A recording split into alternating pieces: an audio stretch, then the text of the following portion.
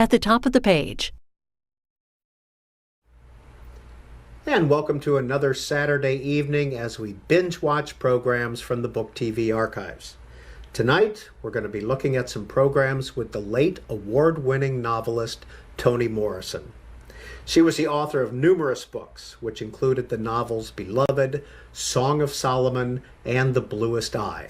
She received the Nobel Prize in Literature in 1993. Now, Toni Morrison, even though a novelist, appeared on Book TV a dozen times, and over the next several hours, we're going to show you some of those programs. First up, in 2001, she was a guest on our monthly author interview program, In Depth, where she discussed her books, her writing process, and she answered viewers' questions.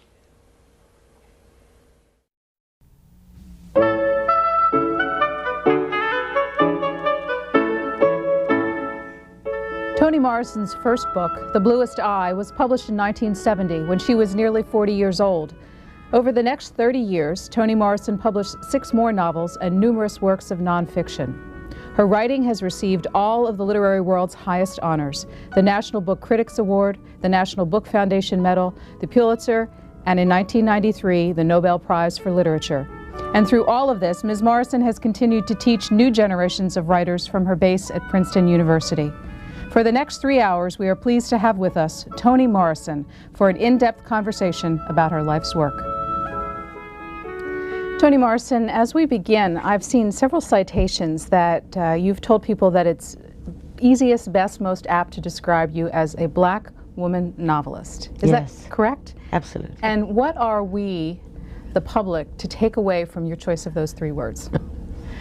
I think it was an attempt on my part to refuse to be given the status of honorary white male writer. Generally speaking, women's work has been reduced to regional or merely, or people compliment ethnic writers by saying or implying that they are as good as mainstream writers. And whereas I understood the compliment, I thought it would be better for me, at least in the late 60s and early 70s, to establish once and for all that all 3 of those things play. I'm black, I am a woman, and I'm a writer, and they go together. You've also always been a teacher. Yes. Why has that been important to who you are and what you do? Well, I didn't quite know what else to do when I graduated because my first love was books. So I thought I would choose a position or a job where I taught them and had to read them and had to explain them to others. And university teaching was the thing I loved the most, and I still do. After all these years and all these other kinds of jobs I've had, I've always taught since I'm 26 years old. Who first instilled in you the love of reading? Well, you know, I'm not quite sure. I know that I don't remember myself unable to read. I don't remember being a person. I know I read some time before I went to the 1st grade, and I am assuming that came from my sister, who was a year and a half older. But I sort of always knew how to do that activity, and I remember very clearly being the only student in the 1st grade class who could read. But I thought it was because the others weren't interested. I lived in a very loving, chaotic, noisy, full of music and argument and comings and goings house. And in that environment, the only privacy there was in books.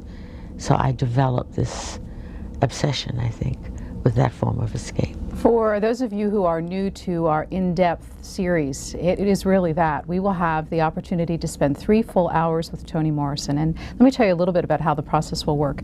We will be talking here for about the next 15 minutes, and then our phone lines and email will be open for you to send in comments and questions. That's really the beauty of the process, is that we hear your questions and what thoughts you have on your mind. So as we converse here, the way to phone in and the way to email us will be on the bottom of our television screen, and we do welcome your participation in this process overall. Tell me, and I know you've done this hundreds of times, but tell me the story of Lorain, Ohio. Lorain, Ohio is was, not quite sure what it is now, working class town on Lake Erie. My parents appeared there in the around World War I, shortly after. I'd had mills, shipyards, steel mills, and it was home to immigrants, East Europeans, Mexicans, black people from the South. I'm born in the 30s, so I remember it as a Depression town. And then later, during World War II, as a booming town.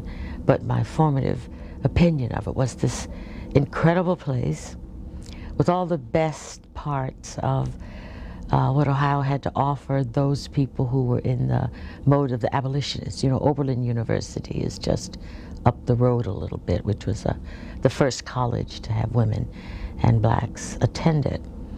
And so it was a melting pot, really and truly, because there were so few schools. One high school, 4 junior high schools. We all lived in and among each other. I never lived on any block in which there were no other white people, although the churches and the social lives were frequently separate. And I thought that's the way most people lived, but I learned later it was certainly not the case. Fascinating place to be from, I have to tell you. How much connection do you have with it today? Quite a bit. My sister and her family, I have nieces and nephews who still live there. And my mother hasn't been dead that long, and she was there all her life. So I have very strong family connections. When one looks at your family story, your biography, it struck me at least that almost the entire story of black experience in America is contained in 3 generations in your family. Grandfather, slave to sharecropper, father and mother, the Great Migration to the North, and yourself, first generation college and a great success. Oh, that sounds very, it sounds sort of formulaic in a way. But I guess you're right. For me, it just seems enormously a long, long time from my grandfather being born. He was 5 years old when the Emancipation Proclamation was declared. He was born in 1860, right? And he was crying, he was frightened, because he kept hearing the adults say, "It's coming, it's coming. Emancipation Proclamation is coming." He thought it was a monster. So he crawled under the bed, and they had to pull him out and explain to him it was a good thing. And I'm very keenly aware of the really life-threatening circumstances under which they lived, the difficulty my parents had as a young couple, and a kind of a miraculous thing, I suppose, in my generation. I just knew I really wanted to go to college. My mother was not interested in my getting married. She didn't think that was necessarily the ultimate goal of a woman's life, or rather she thought it shouldn't come too soon. So she and my father were very supportive, and they told me, "Listen, we don't have enough for you to get a full college education, but we do have enough for 1 year." And I said, that's all I wanted, just 1 year. And so that's the way I went off, convinced that I could survive financially for 1 year in 1949, 50. And of course I was able to work and do the rest myself. But that's how iffy it was in those days about getting, you know, a college education. Not just for African Americans, but for women at the time. Women in general, oh yeah. How did you finance the rest of your education? How were you working? Oh, I had temporary jobs while I was in Washington. This is at Howard University, where I was an undergraduate. And actually, my mother got a job. She was so happy that I was here, I guess, in college. So she took a job at night as a woman in the ladies' room, collects the tips, and she made $15 a week, $5 a night, and she sent it to me. She did that in Ohio? Mm-hmm. How did Chloe Wofford your birth name, become Toni Morrison? Oh, a little bit of lunacy, I think, and some vanity. My name is C-H-L-O-E. I love the name. Children couldn't pronounce it. Some adults would refuse to pronounce it, and they called me Chlo or Chloe or other things that were not Chloe. In my family, because my sister and I were so close in age, and we were always together, they called us Lois and Chloe. So I didn't really have a separate syllables for myself. At any rate, to make a long story short, when I got away to Howard, I used the name Toni, which was a short and formed of my saint's name, Anthony. So there I was, Toni Wofford. Most every people knew me as Toni Wofford. And then subsequently, my ex-husband's name, Morrison. You married and became a mother. And were you writing at this point in your life? I think I was, but I certainly didn't call myself a writer. I was a teacher. And I was interested in the work of some local people here in Washington. Some were faculty members, some were artists. And they had a group of writers that they formed. And I was invited to attend. And I brought with me some, sort of frail little things that I had worked on as a very young person. And one of them was a little story that I had to write fresh because they wouldn't let me come over and over again if I didn't bring anything new. So I wrote a story and brought it to that meeting and used it much later as the heart of the first novel I wrote. And it was called? The Bluest Eye. I'd like to show it to the audience, and as I do, would you explain how this book actually made it to print from that beginning? Well, I wrote the story for the club. I remember my baby, my oldest son, was hanging on my shoulder, pulling at my earrings while I was writing, and I remember him spitting up on the manuscript some orange juice. And I always tell this story. It must be important because I didn't wipe it up right away. I wrote around it and then wiped it up and stopped. And then went to the meeting, had a good time, heard some serious criticism of it, some delight, and that was it. And then later on, several years later, when I was in another place, not teaching anymore, but working at a publishing house, I began to work it up. And then I sent it around to, I think, 12 or 14 publishers before somebody was interested enough to take it. Who said yes? Holt, Alan Zinsler, who was at Holt, Reinhardt, and Winston. Do you still remember either the letter or the phone call that said, yes, we'll take this? It was a phone call. There were so many phone calls about, oh, I wish I could take this book, but I don't think they will. I'll try. That's what I remember. And then suddenly I'm sitting at my desk in Random House, and I got the phone call that said, they said yes. I remember that. From simply a point of view of your artistry, if one were to read this book and your latest, most recent novel, Paradise, what would you find different about your style, about your approach to words and to literature? I think for me, the striking thing is that the person who wrote The Bluest Eye, that voice, that quality, exists in Paradise also. That's very important to me and odd, to have a style immediately, not to have to develop one. I had to learn how to write, how to seduce a reader faster, how to challenge a reader, how to open up the world, how to manipulate.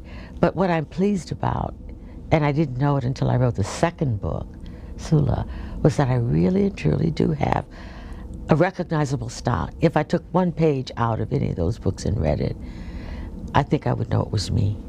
and not somebody else. And I think that's true of readers who know my work. For people who know you but haven't yet read your work, can you put some words to that style and to the stories that you're trying to tell? The style, probably it's ineffable at the moment, but it's a kind of welcoming style. The voice is welcoming and doesn't blink and tells you very difficult things, but in a voice that makes it all right to hear. This is not going to be an easy trip. The journey's going to be bumpy, but I'm going to tell you the truth, and you can hear it because I've already been there, and I'm holding your hand, and you can go with me, and it's going to be all right. That's the voice, that's the comfort level. The stories are funny, sad, odd combinations that reveal the complexity and the profundity and the size of human life. Sometimes we live so small. I mean, in our imaginations, I don't mean wealth and status. We live small, frightened lives. And sometimes the people in the books do, but generally speaking, the most important thing that happens is that their lives are larger and that they learn something at the end of the book that but for the book they never would have learned.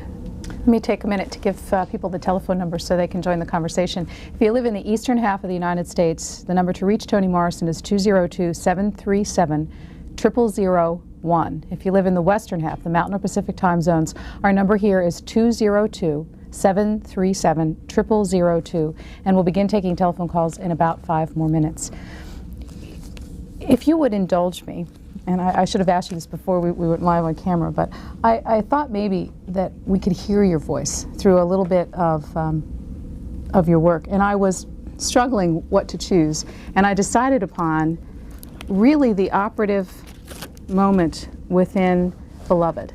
Now, first, will you tell the story of, or just give us a quick synopsis of Beloved? Beloved is a story based on a historical figure of a black woman who killed her children, or tried to, when she was a fugitive and didn't want to return to slavery.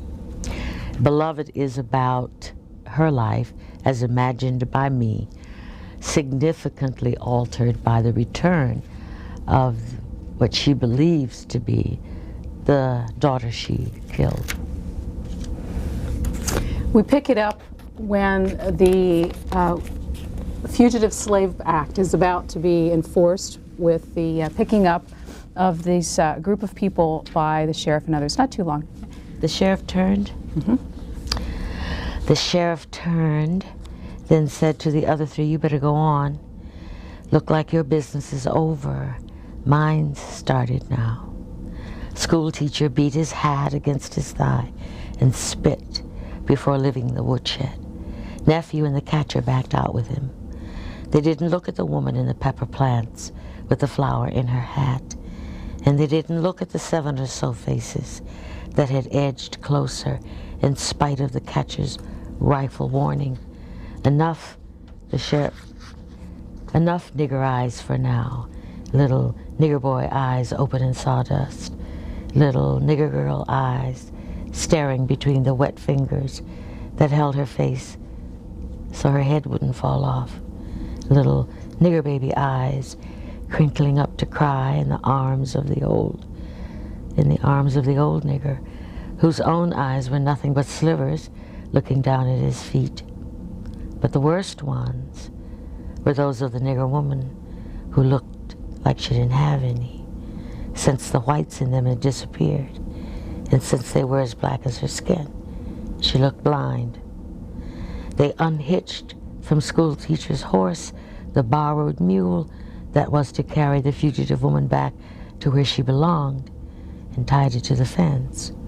Then, with the sun straight up over their heads, they trotted off, leaving the sheriff behind among the damnedest bunch of coons they'd ever seen. All testimony to the results of a little so-called freedom imposed on people who needed every care and indulgence in the world to keep them from the cannibal life they preferred. You chose an interesting one. My efforts to think the way committed slaveholders think. The naturalness of their contempt, the effortlessness of their belief in their superiority to these people. Coming in the book at a moment after the reader has been in the lives of these people whom they have categorized as nigger woman, nigger man, nigger baby, nigger boy. But because these characters are so familiar and intimately portrayed, this, I was hoping, section that I read comes with a chill. Not just because of the events of the slaughter, but the way in which, at this point, they are looked at. How do you get inside the psyches of these people? It's difficult, but I use what I think are methods that maybe actors and actresses use. When you have a vague character, or you try to make it specific, fully realized, and you want to be in that person's head if you're on stage, to wear the clothes, wear the shoes, behave the way that person would. So you have to enter or project and know, where they part their hair and what kind of soap they would wear and what food they don't like, whether or not it appears in the book. You try to imagine all those things. And that works for me. I can suspend, I don't judge my characters that way. Whether I want to have lunch with them or not is something quite different. But you have to love them for the moment of their portrayal. Whether they are men, women, old, young, children, what have you. And are they sprung from your pen fully formed, or do they develop as you write? As you sit down and this book comes out, do you already know the story you're going to tell? I frequently know the questions the story is supposed to answer, or I'm provoked, as I was by Margaret Garner. What must that feel like? Or in Paradise, to hear about those people who walked all that distance to get to free black towns and were turned away by black people who had also been slaves like them, and they were not welcome there. I thought, my God, what that must feel like. So I know what the story is about. I sort of know the journey. Now I have to find out who's going to work that out for me. Margaret Garner, I didn't want to know too much about her, what she looked like, etc. I wanted to invent her. So I only need just a few strokes to start. And then I, sort of put them together. So they are never fully realized immediately. They always take currying and coddling and stroking and personal introductions and anything I can do to get them to speak and trust me. As you can see, our lines are lighted up here. Let's take our first telephone call for you. It's from Richmond, Virginia. Welcome to our conversation. You're on the air. Hi. Yes, Ms. Morrison. First of all, I want to thank you for writing the book Song of Solomon. It has been one of those momentous occasions for me in my life. I had an opportunity to be at your first reading for Paradise at the Abyssinian Baptist Church in Harlem a couple of years ago. And I wanted to know, you made a statement at that particular time that you felt that books should remain books when someone asked you about your excitement about putting all of your books into movies, into plays. And since that time, you've had one of your books, Beloved, produced into a major motion picture, which I particularly was disappointed in, but it still enjoyed the book and still had to go back to the book. And wanted to know, would you in the future hold more artistic control over your books being put into another generation? Thank you. Sure, we understand. Thank you. No, I won't. I don't want artistic control over other genre being developed from my books. I really do believe that books are singular. Maybe they don't have to remain books, but they certainly are books. And if they're made subsequently into movies, good movies, mediocre movies, great movies, whatever, that's another thing, that's another art form. And the book has to stand on the shelf by itself. And it's a special kind of pleasure in it. The reason I don't want artistic control is because I am a very controlling person when I work. And if I'm not going to make the movie, produce it, choose everybody, fund it, then I don't want to be involved in it as a kind of a consultant without power and without knowledge, because I don't know how to make movies, and I don't know how to write screenplays, and I don't want to learn how to do that either. I respect the people who do, and I give them whatever information they solicit from me, but no, I don't want final cut on these things unless I own the whole shop. Our next question is an email. Comes from Concetta Lee, who is a teacher at Seabreeze High School, and it is about Beloved. She writes, "Your novel Beloved enriches my 12th grade honors English class tremendously, so my questions are related to its text. I'm interested in knowing the significance of the parallel structure you implemented in the final chapter. It was not a story to pass on, it was not a story to pass on, and this is not a story to pass on. Additionally, my students often inquire whether Beloved is physically pregnant. They seem to conclude that she is actually carrying Paul D.'s baby. Personally, I chide them that they have watched one too many soap operas." Well, your students are ahead of you this time. In a way, I wanted Beloved to be both things. I wanted her to be the returned child that Setha longed for, and her daughter, Denver, longed for. They really need her to come back and say, let them work out their expiations on her. But at the same time, the buried scene concerns a middle passage. Maybe this girl is a survivor of the Middle Passage, traumatized by it, kept locked up somewhere, is freed with only the memories of what that must have been like. And for me, the two things came together. Resurrection from the dead in order to demand love, which could be the dead baby. Resurrection from slave ship journeys in order to demand love. Those two stories seem to me to be parallel. So I never came down on one side or the other, but there's a clear indication that Beloved is a historical figure rather than a ghost-like figure. Next telephone call is from Hampton, Virginia. Yes, this question is about Song of Solomon. I've had two questions about the book. One, how did you come up with the great strategy of the water stain on the table to be a physicality of Milkman's mother memory for her, of her past life? And then the other thing is, it seems to be the first book where there's a male protagonist, and wanted to know what was that shift for you from going from a female protagonist to a male protagonist? Thank you. I searched around a little bit for something quiet and unobtrusive, but persistent, and a bit of a mar to explain something about the characterization of Milkman's mother. And the water stain, you know, if you're a housekeeper, you know they're just impossible to remove, and they are not an overwhelming or dramatic mark, but one that you keep working at. It seemed good and domestic for her.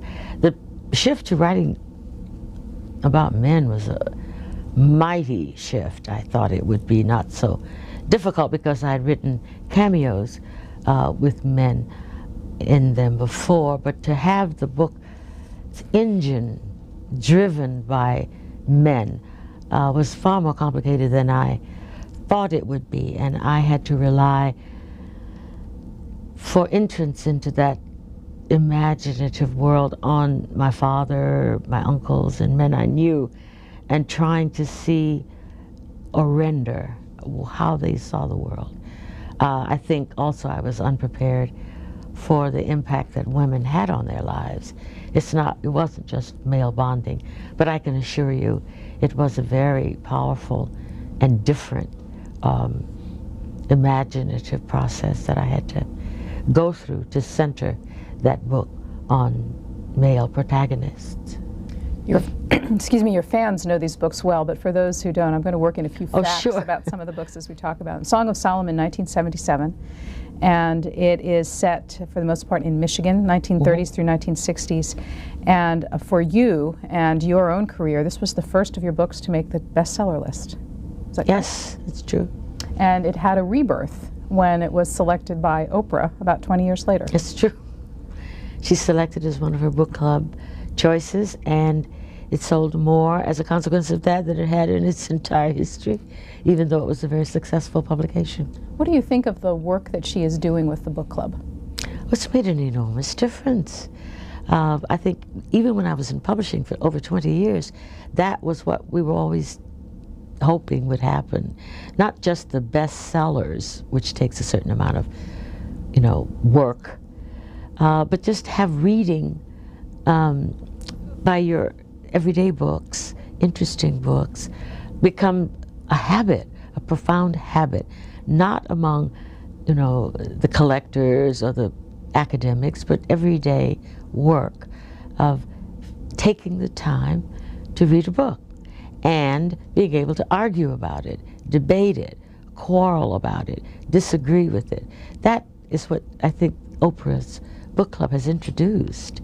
I feel that even here on C-SPAN, part of the whole notion of having just conversations with authors about books on television is novel, and people enjoy it. People do it.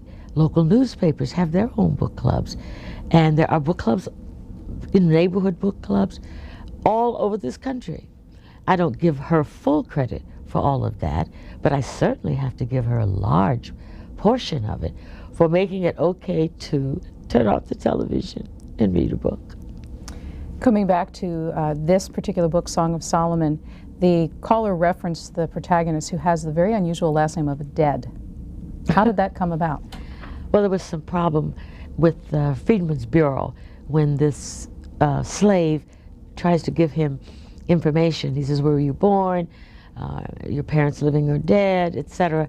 And the man was a little drunk, and he put all this information in the wrong spaces. So his name is Macon Dead.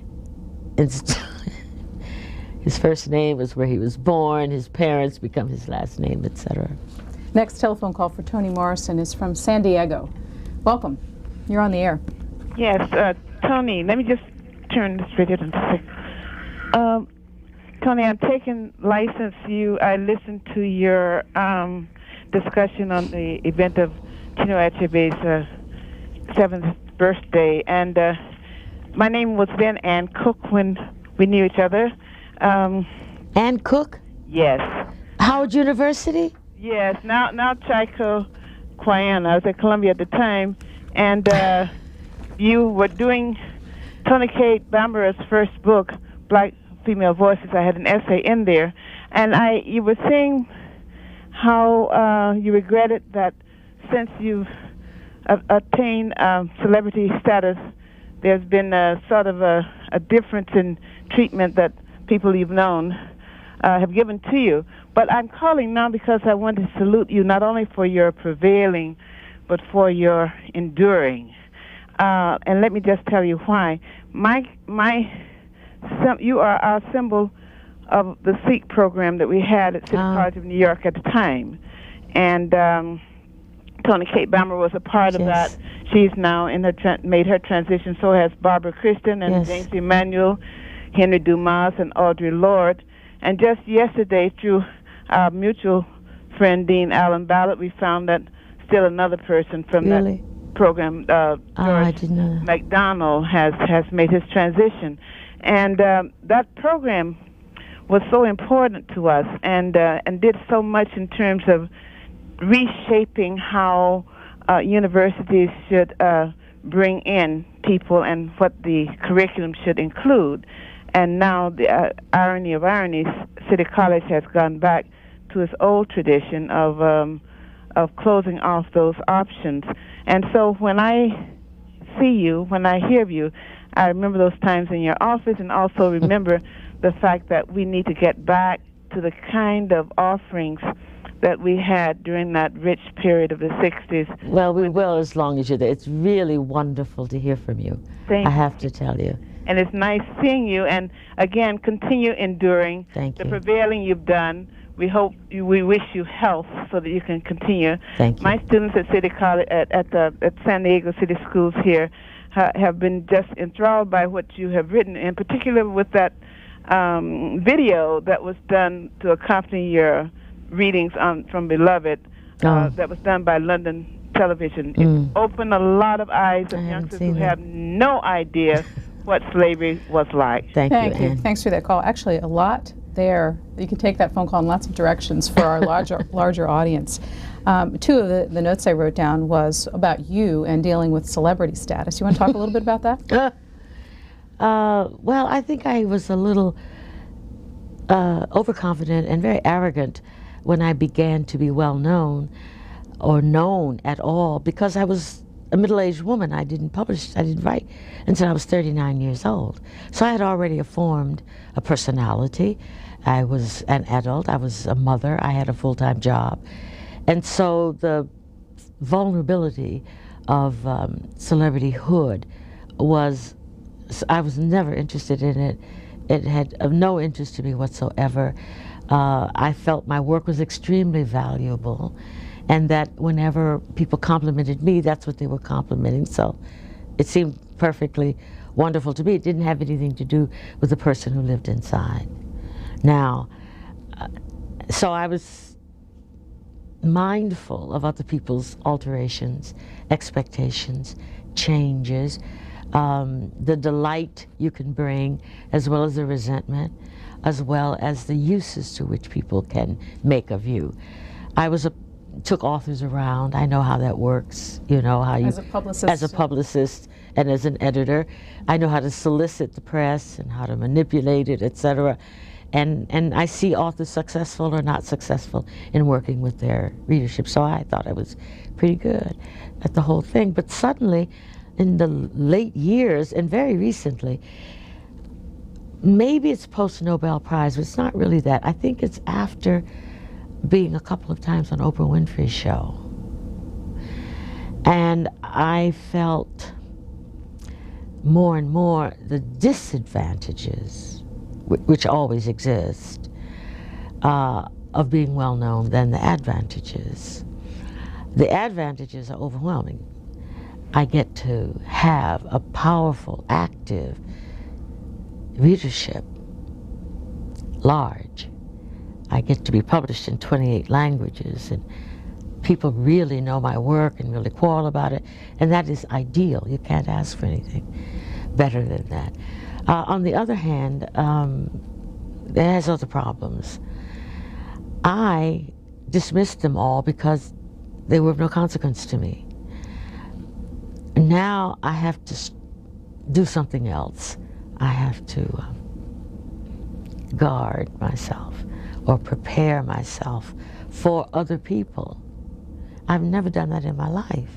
I've always been, whatever it was, always open or closed based on something that was going on in me, not about somebody outside. And that is, it just sounds whiny to me to go on about that. And it is whiny. But the problem exists when it comes into the study. There was always the free place for me. Nobody was in there but me, and my characters, and the language.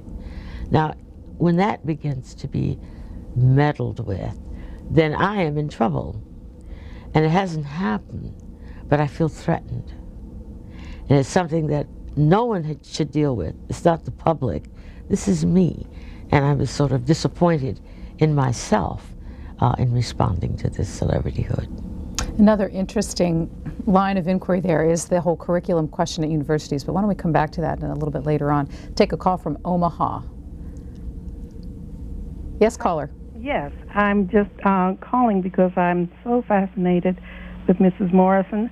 There are some things in our lives that are quite similar. I was born in the 30s and one of 7 girls, and our home was pretty much like hers. We would walk, we all loved books, and we would walk for miles over the railroad tracks going to the libraries, and my place to read was under the bed. But I just want to commend her on the most amazing gift that she has. I went to see Beloved with my daughter, who teaches Black history, also uses one of her books, The Bluest Eye. But one of the things that I wanted to call about Beloved was to tell her how moving it was for her to portray slavery in the way that she did. And I was just fascinated with her deep spiritual gift. And how did she come about casting out that spirit out of Beloved? We were just absolutely in awe. And I can't understand, unless you really understand how she that had to come up really deep out of your soul. So would you just comment on that? Sure. I wasn't sure whether she was asking about Beloved coming out of my soul or Oprah's, but I will tell you the former. I was thinking really not about slavery. I was thinking about the ways in which women love everything more than themselves. Their children, their husbands, their nurturing qualities were so profound. And we were being asked to give those up in order to make greater choices as liberated women, you know, to be more selfish. And that argument between the selfless, nurturing woman and the selfish, narcissistic woman, that line was very close and it's difficult to negotiate. That's really what I was thinking about. And then I thought, you know, we're being encouraged to take motherhood as a choice. We don't have to have children. We don't have to yearn for children. And maybe freedom is not having children. Then I thought, but for certain women, to be able to be responsible for their children was the most freedom, the most identity, the most dangerous thing that they could do.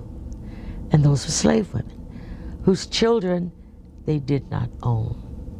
They could have the child, but it wasn't theirs. It could be sold at any moment, taken away at any age.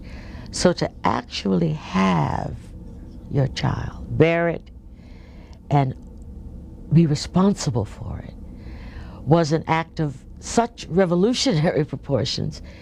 It cast a long shadow on contemporary urgings vis-a-vis a woman's place. So the story that I had just read a newspaper article about this woman who said, no, I'm not doing that. This child is mine. Her life is mine. She's my child. I will say how she lives and dies. And of course it was a crime and it was a sin. But on the other hand, it was this other gesture. It was complicated. And that's how I began doing the research on that concept in slavery.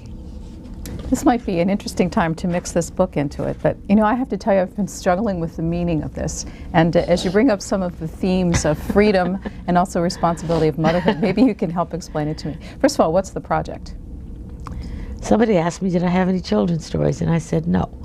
But I did have a story that my son and I, Slade Morrison, when he was a little kid, had some unpleasantness with the teacher, disciplinary, and she had said to him, you have no idea how to use your freedom, and it hurt him so much. So we wrote that. I rhymed it, and he was complaining about it. And then later, these many years later, I submitted it to Hyperion, and they liked it. And we used it as a children's book, but it's a little sly, as you can tell. The kids seem to love it and understand it. It's in 6 different languages now. But it is about freedom and about how personal that is. And in fact, the parents in this story give their children up. to another authority. They give them things. They just want them happy. But they don't want to talk to them. They don't want to wrestle with them. They want them over there with all their toys, all their PlayStations, all their goodies, pictures of the sky, pictures of the sea, but no real engagement. And the children are begging in all these various environments for an opportunity to just be free, whatever that meant in their own way. If you were to sit with a child in your lap and read this aloud, how would you talk to them about the issues and themes inside this book? Oh, I would only read it. And let them... in my inestimable, loving voice, and it's like a song. The kids get it instantly. They know. I mean, we really do underestimate the brilliant little kids. We test them and we see them do ballet. We think that's where they're smart. It's not. They don't understand language. They have to find out from all sorts of ways what you really mean. Children know when they're being bought by their parents with toys. They know when they're being, given no freedom whatsoever under the guise of freedom. They understand it fully, and if you don't think so, all you have to do is remember what you knew when you were that age. You knew when the smiles were fake. You knew when people walked in the room and rather you left. You knew when you were being dismissed, even while people were embracing you. That reading that children give is very much a survival instinct in them. Ventura, California, for Toni Morrison. Good morning, Miss Morrison. Good morning. I appreciate the opportunity to talk with you. I'm going to shut off my set here. I'm coming up on my 73rd birthday and starting to mess around with writing, which is what I always wanted to do when I grew up. I had been a systems consultant for many years and wrote many consulting reports, and this is a genre that is not generally considered literature, to say the least. I'm very interested. I'm not intending to flatter you, but it's obvious that you're a person of considerable talent. And I'm interested in the subject of the wellsprings of this talent. At my age, I have a theory about almost everything, and it's usually in three parts. And the wellsprings of talent seem to me to be certainly a talent for storytelling.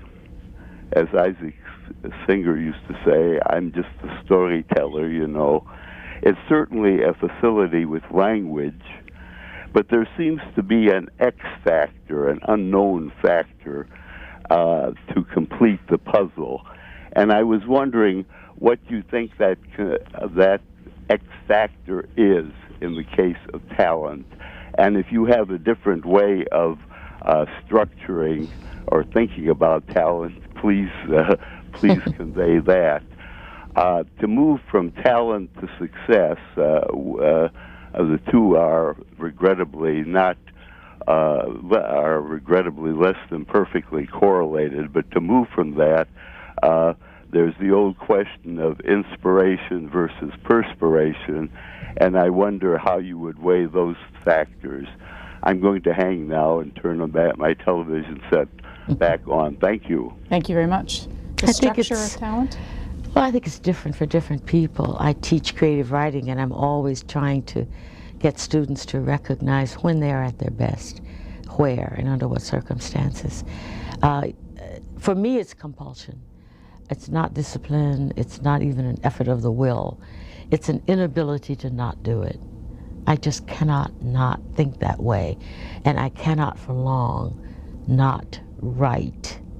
For me, it's a kind of an extension almost of reading, which I did all my life and do still. But I am absolutely happiest and at my most, it's risky, it's happy, it's difficult. It is absolutely the place I prefer to be, is working out and solving problems of fiction writing, sentences, this word, that word, and everything I've ever known in the world, everything I've ever read, bits and pieces of that seem to come together and are useful in the construction of fiction for me. We still have 2 hours plus to go with Toni Morrison. Lots more to talk about her works, both fiction and nonfiction. We're going to take a short break and continue our conversation.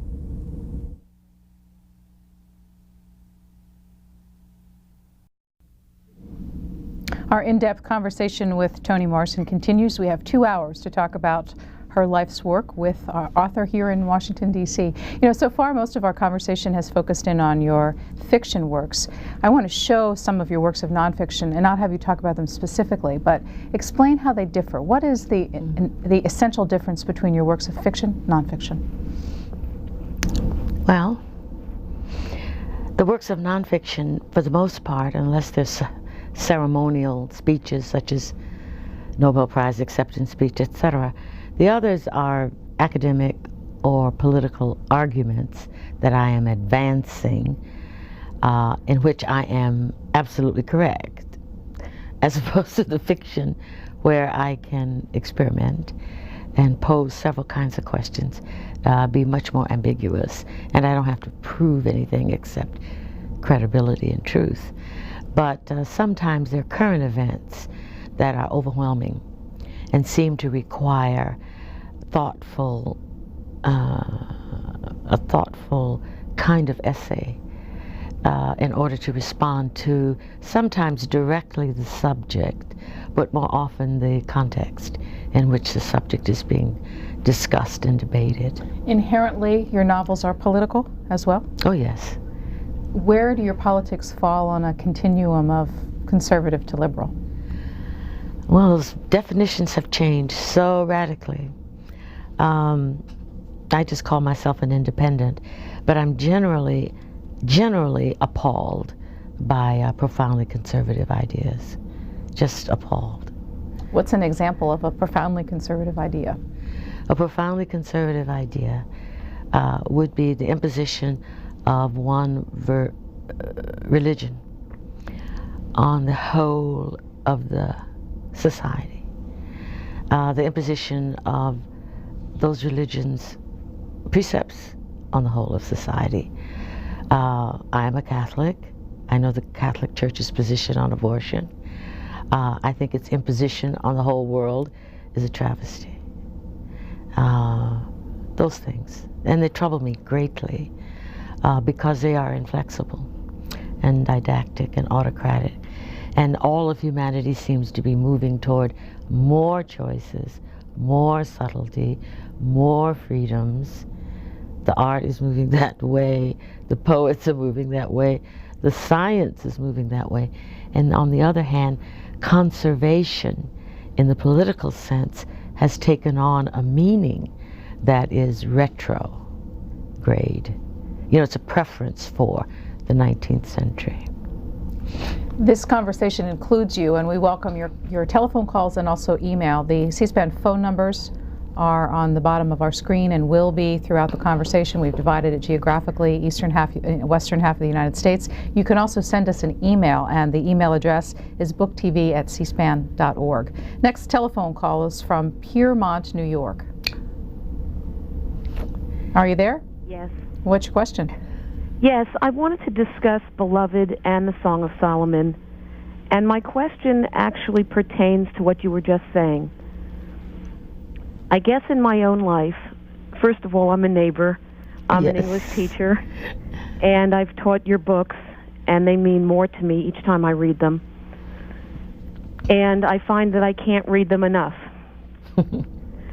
That there's great wisdom in your writing. And at the same time, I find that in my own journey, I'm very often struck, as I am in your novels, with the kind of illumination that sometimes seems very, very, very clear, as Milkman seemed clear, perhaps just for a moment in his voyage, and perhaps as Setha was in hers. And at the same time, by the time they finish their journey, it doesn't seem like an end. it seems in many ways more like a beginning.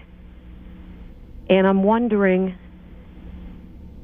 what you would say about the ambiguity at the end of Beloved and the Song of Solomon. Thank you. Well, I'm glad to hear you describe the ambiguity and the questions. I'm much more interested in questions, intelligent questions, than I am in providing the reader with the answer. This is the answer, close the book.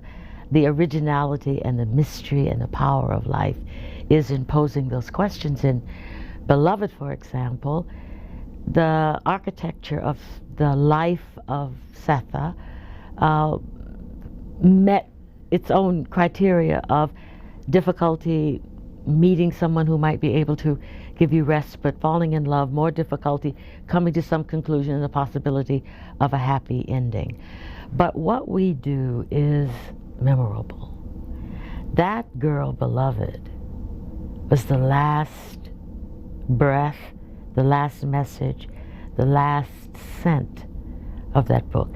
That haunting, which is the middle passage, all those slaves whom nobody knows, who never made it to this shore, names we can't locate, the dead who are unmourned, unremembered, disremembered. That's not going anywhere. That haunting is the consequence of the solution that Setha had to forget. Well, we all do it. You can't let the past strangle you if you're going to go forward, can you? But nevertheless, the past's not going anywhere. So the point is, you have to deal with those things, the consequences of our actions. It's not so much about the right final thing to do as it is about knowing that whatever we do, the most moral position we take is a complicated one and may have the opposite consequences for somebody else. That negotiation is what life is. How do we respond to it without hurting other people? Seth's situation seemed to me to be classic because, as somebody said, she had every intention of taking herself and her children to another place, a better place. And it was, in the face of that horror, the right thing to do, except she had no right to do it. It's the conundrum and the paradox, which is what makes life interesting, original, in a class by itself, and why it provokes me into writing such books. Where do you write, and where do you write best? I have a place now, finally, after all these years. I used to write in the kitchen, any place I could find, but I have a study in my house. I live near the Caller, just down the road from Piermont, in Grandview, and it's right on the Hudson. So I can look at the water all the time while I'm writing in my own study. Is the process of writing a challenging one for you? Some writers describe it as the most exhausting work that they do in their lives. How's it for you? It's exhausting. It's great, delicious, difficult work. It's hard. For me, it's slow. I have to write over so much. I have to reselect, reshape so much. But it's so rewarding when it's close to where you really think that note should be struck.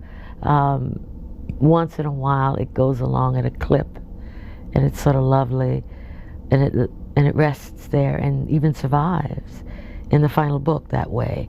For me, it doesn't happen that way much, but the process for me is totally engaging, totally mesmerizing.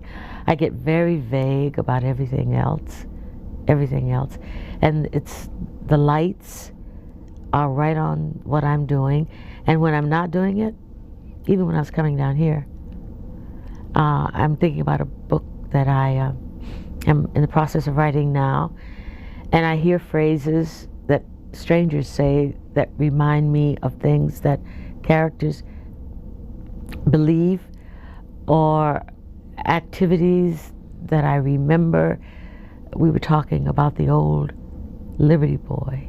Liberty magazine, for those of you too young to remember, was a well-known magazine that cost a nickel, and it used to be sold door to door. And the person who sold it, we called, was usually a kid, newspaper type, job, the Liberty Boy, and was laughing about the Liberty Boys with somebody.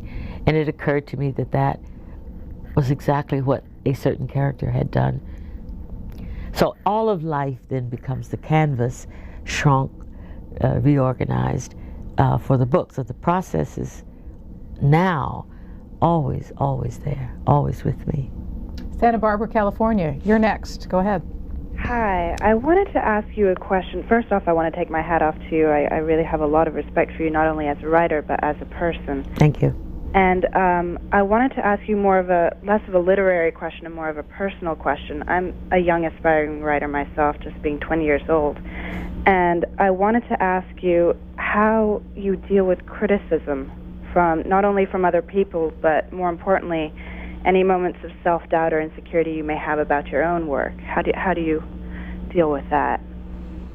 I was fortunate in having learned as a teacher how to say to a student, "This is terrible," in language that was diplomatic enough and constructive enough so that the student could go ahead and fix it. I was also fortunate in that little writers club I mentioned before, in having experienced that kind of criticism myself, where people would put to me serious questions. And I knew that it wasn't about me personally, it was about the work, which was perhaps more personal. But I also knew that I was a much more fastidious reader than anybody I thought I knew, and a much more fastidious critic. So I thought I was more severe than anybody else. And also, but I wasn't so severe as some writers are, that they can't send it out. They keep fretting it, keep picking at it, waiting for it to be sublime, and it never gets done. So there's an element of risk where you send it out, even though it's not the flawless, perfectly pitched thing you want it to be. But criticism, you first listen and see if it is helpful. Then dismiss it, because it may not be. LaValerie King of Boston emails this: "Happy birthday," in parentheses, soon, and then says, "I'm teaching a seminar on James Baldwin and Toni Morrison this semester. My group is supposed to be watching the show today. Would you please comment on Baldwin's impact on your intellectual life and literary production?" Well, he was very important to me in a very specific way. I obviously admired him in any number of ways: his courage, his intellect, his ferocity, mostly his clarity. In language, he was very important to me because he was able to talk about very serious situations of race and violence and love in language that was both scathing and at the same time loving. Extraordinary feats he accomplished in a kind of truth-telling manner that I hadn't heard before. He wasn't calling names, he wasn't posing, he wasn't even vengeful. There was an elegance to his language that was about race but was not racist. And I just never had experienced that kind of language before in the 50s and 60s. So I owe him for teaching me that there was such a thing as that kind of language. I owe James Baldwin that. Philadelphia for Toni Morrison. Hi, Miss Morrison. I just absolutely love all of your books. And I go back in your books, and I find so much poetry. Do you acknowledge that you are a poet? For instance, in jazz, the description of a Thursday man. He became a Thursday man, and Thursday men are satisfied. I can tell from their look some outlaw love is about to be, or already has been. And just what, I think it was Baby Suggs, the thing that she says, yonder, they do not love your neck, that whole episode, and how Corinthian read Milk Tea, the Riot Act. You are a poet. And I want to take all of your poetry throughout all of your books, compile them in one place, and if I do that and send it to your publishers, would you just put it in one book? You know, I have to tell you, I shouldn't admit it, I thought about that myself. And I suggested it to an editor who thought it was hilarious and unworthy, I suppose. But no, I'm not a poet. But I do think now that poetry is something other than, in addition to whatever its many forms, it's also free. Some of the best poetry are just really first-rate sentences, really good sentences, 2 really good sentences. And when I write, I try to write prose that is as clear and as simple as possible, as imagistic as possible. And I rewrite them so often so that nothing interferes with the picture I'm trying to represent or the voice of the character. And I know that those are strategies that poets use. So I won't declare myself to be a poet because I haven't got that education and I don't have that flair. But I'm glad that you think that my sentences are what I call first-rate prose, with rhythm, with music, with shape, and with meaning. Jazz is a 1992 publication, also a Knopf book, and it was set in Harlem beginning in the 1920s, another generational work by Toni Morrison, beginning with the folks of Joe and Violet Trace. Mm-hmm. And some of the literary criticism suggests that it is part 2 of a trilogy. Is that how you approached Beloved, Jazz, and Paradise as well? No, I did originally. When I wrote Beloved, I had in mind 3 stories of the same theme, of variations of human love, love of a mother for children, romantic love, and spiritual love. And I call the whole thing Beloved for all sorts of complicated reasons. And then when I did the first part and finished the part about the slavery, I told my editor, I'm sorry, I just know I've exhausted all this time, but I've only got 1/3 of it. And he thought that I had written a book, and so therefore we would publish it, and I just had to recast the ending, etc., which we did. And then the next story, which turned out to be Jazz, was also based on a sort of historical anecdote, really, about a young girl who had let herself die in order to let her lover, who had shot her, get away. And I thought that was ultimately the most romantic, sort of silly, but young people would do something Romeo and Juliet like that. And it struck me that that was very much the kind of love situation that I was looking for. So it's a trilogy with quotes around it. I never really affected it, but I certainly did have the thread of these varieties of love of women primarily, though it didn't work out that way always. Parental love, romantic love, and love of God. Seattle is next. Good afternoon.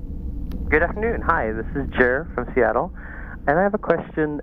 First, I just wanted to say that, like everyone else, I really like your writing. It's fabulous. And I think it's the language, but it's also, I'm a gay white man, and I didn't feel like I just heard about the history of slavery in Beloved. You took me into it, and I was affected by it. It wasn't just like I know something new. So to me, that's the magic of your writing. Thank you. My question is, I do some writing, and when I read something like something you've written, I realize how good writing can be. And what I struggle with, and I wonder how you accomplish this, is you have this beautiful language, but you also pull out a genuine character. It doesn't just seem flowery, but you actually bring across something real. Is that hard for you, or how do you go about doing that? Well, I use my own experience in reading what kind of characters are memorable to me, or the ones I dream about or can never forget. And I noticed, as many people have, that the ones that are overdrawn and forgettable because there's no place for my imagination. I can't cooperate with the writer in inventing the character. So frequently my characters have fewer physical characteristics, some sort of broad strokes and a few small strokes, but I want them to be made up and invented not only by me but by the reader as well. I remember a woman who said she knew Pilate, a figure in Song of Solomon, and I said, well, you know, that was difficult for me because she was such an overwhelming character in my mind. I had to shut her up, you know, it wasn't her story. So I gave these very powerful, colorful descriptions of what she looked like, and what her gestures were, and the impact she had on other people. But it was an open character, so that the reader could begin to add the details and hear her speak or think or watch other people around her. All I'm saying is that it's a technique for making characters fully realized, not only for the purposes of writing, but also someone that the reader is working at the same time, building that character, understanding it, justifying, or being repelled by, or what have you. The reader has to be in that text, and it's my job as a writer is to make spaces for the reader to enter and feel what you described earlier, the comfort to hear about a story that's not pleasant, that is tragic, and to not feel as though you are excluded from it, that this is something you and I share along with the characters. Milton, Delaware. Hello, Miss Morrison. Yes. I have a question about your characters across your books. I've been so fascinated by the way you name your characters. It seems that the names are so unusually integral to their character and the events of their lives. And it seems also that naming is so very integral to the creative process, to your creative process. And I was just wondering how you name your characters. Well, there are two reasons for a very, I suppose, unnecessarily elaborate process I go through in naming the characters. I always have this feeling that I really have to know their names in order to write about them. I have to kind of introduce myself, and it's my job to find out who they are. And sometimes I call them by names and nothing happens. I called Eva Ada for years and I couldn't get anything going. When I finally figured out, no, it was Eva, then I was able to, you know, sort of develop characteristics for her. Some of the names are odd and strange, not for any reasons of, you know, providing kicks or anything, but part of it is because I have to know their names, even if I have to search among names. The other is the way in which African Americans, particularly in certain areas, got their names and their reaction to the process of naming. We were given other names, seldom kept or were permitted to keep names that we brought from various continents or nations in Africa. The whole X business, you may remember in the 70s, Malcolm X, was a reaction to that. Now people give their children names that are African-like names. So this is the serious position of a kind of cultural image that African Americans are dealing with in a very special and unique way. Denying their master's name, renaming, identifying ourselves with ancestors from abroad, or claiming names that are names that show one's vulnerability. Nicknames have a very special place, or used to have a very special place in African American communities, because they were very specifically painful. They were not pretty names. It was as though parents were saying, this is what you're going to have to deal with. Get used to it now. So you find names like Milkman, which is about a, for him, embarrassing period. And also I remember my father's friends who all had names. I don't even know what the real names were. Or think, indeed, about musicians' names, particularly in the 20s and 30s. They had nicknames, unattractive names that they were known by. And what it is claiming. It's kind of agency in making up your own name or giving a name to somebody else. It's a very complicated thing, but you mix that in, that whole process of naming, with my own writerly, inventions about how to get in touch with my own characters, then you have somebody who's entangled in the process of naming. Who edits Toni Morrison? Well, my original editor, the one who has edited most of my books, Robert Gottlieb, was at Knopf, who did Sula through Beloved. And then afterwards he went on to, he left Knopf and began to edit The New Yorker. Since then he is, I think, available, his good offices, for any subsequent projects I have. He was really, truly first-rate editor. And since your start in the business was as an editor, how does that knowledge of the process affect how you work with an editor? I think it's because I respect that work. I know that there are many writers who don't, and I don't know if it's because they've never had a good editor or it's just the way in which they write, but I know that a first-rate editor is like a first-rate anything. Someone who does not correct you so much as give you the information, allow you the spaces to make the best decisions, call your attention to things that are sliding by.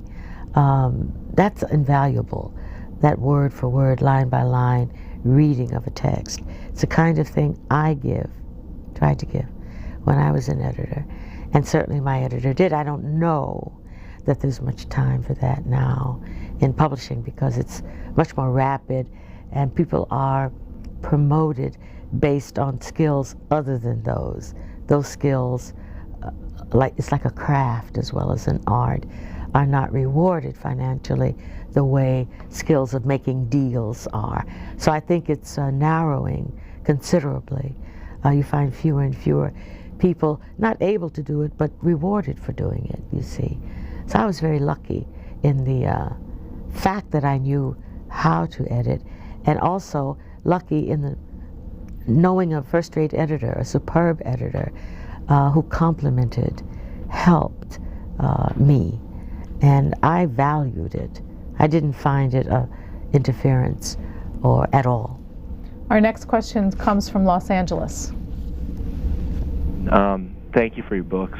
They mean a great deal to me. And what I'm wondering a lot about is some of the writings you've had about just the writing process and the history of looking at, African Americans or American Africanism in history. And I think what I want to know more about is now the culture of what young writers are in today and everything. Do you feel that your presence, as one of the major writers in America, is helping young writers find a new voice to a certain degree? Do you think the current culture, like a lot of the Generation X writers, are there things that inhibit them from good writing, or reaching that place of reality beyond, the issues of race or age or whatever.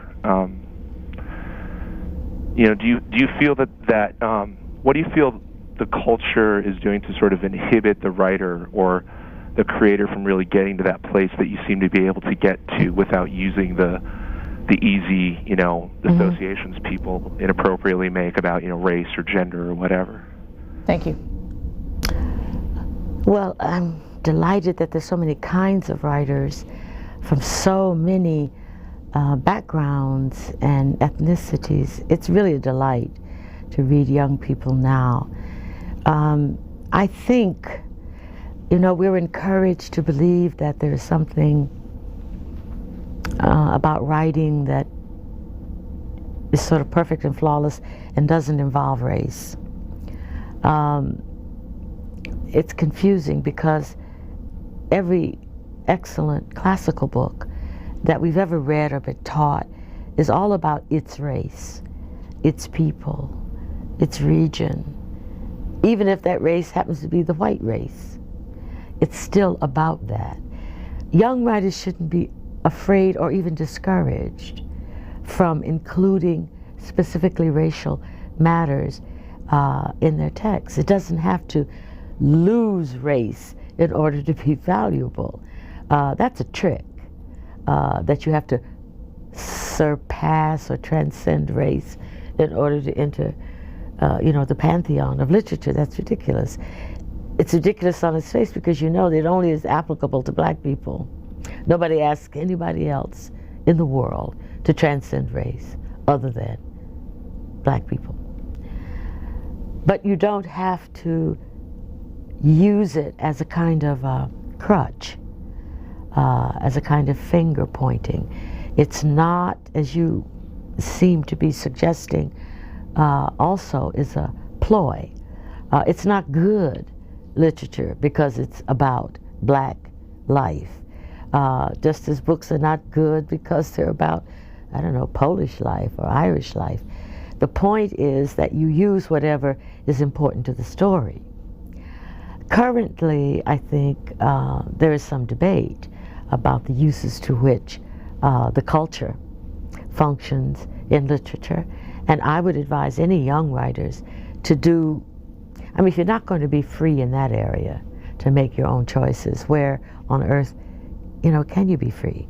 You can write detective stories that have never mentioned the race of the people who are involved, unless it's important. Love stories, the same way. I mentioned detective stories because I read a lot of detective stories, and I'm aware of so many written by, say, African Americans that have no mention of race in it, or by white people that are about race.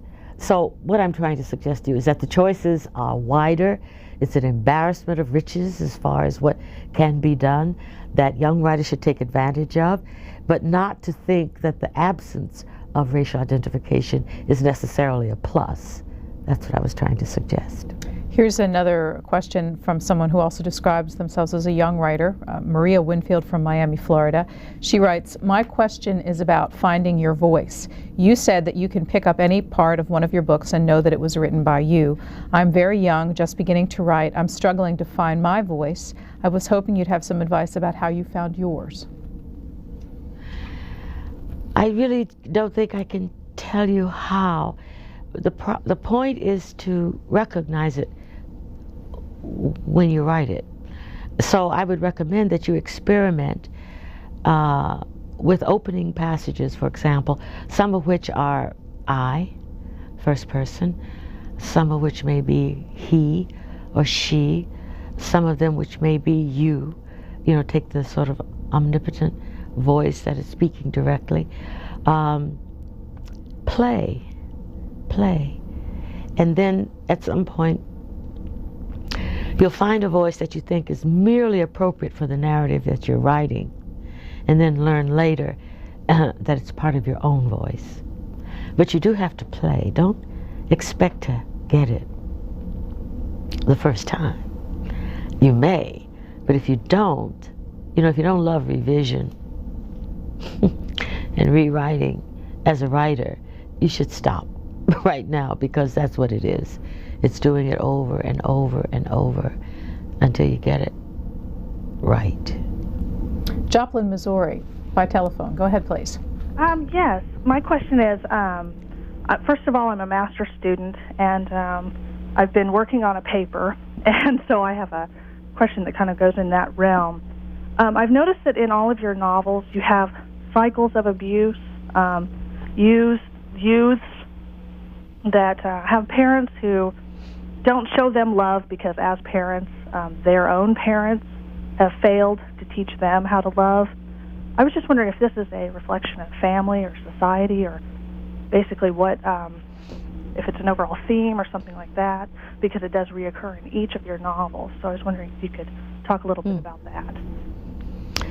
I think learning how to love somebody and learning how to love yourself and your children, learning how to love,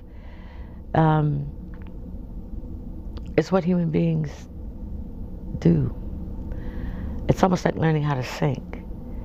And we learn it better if we are serious and exposed to it.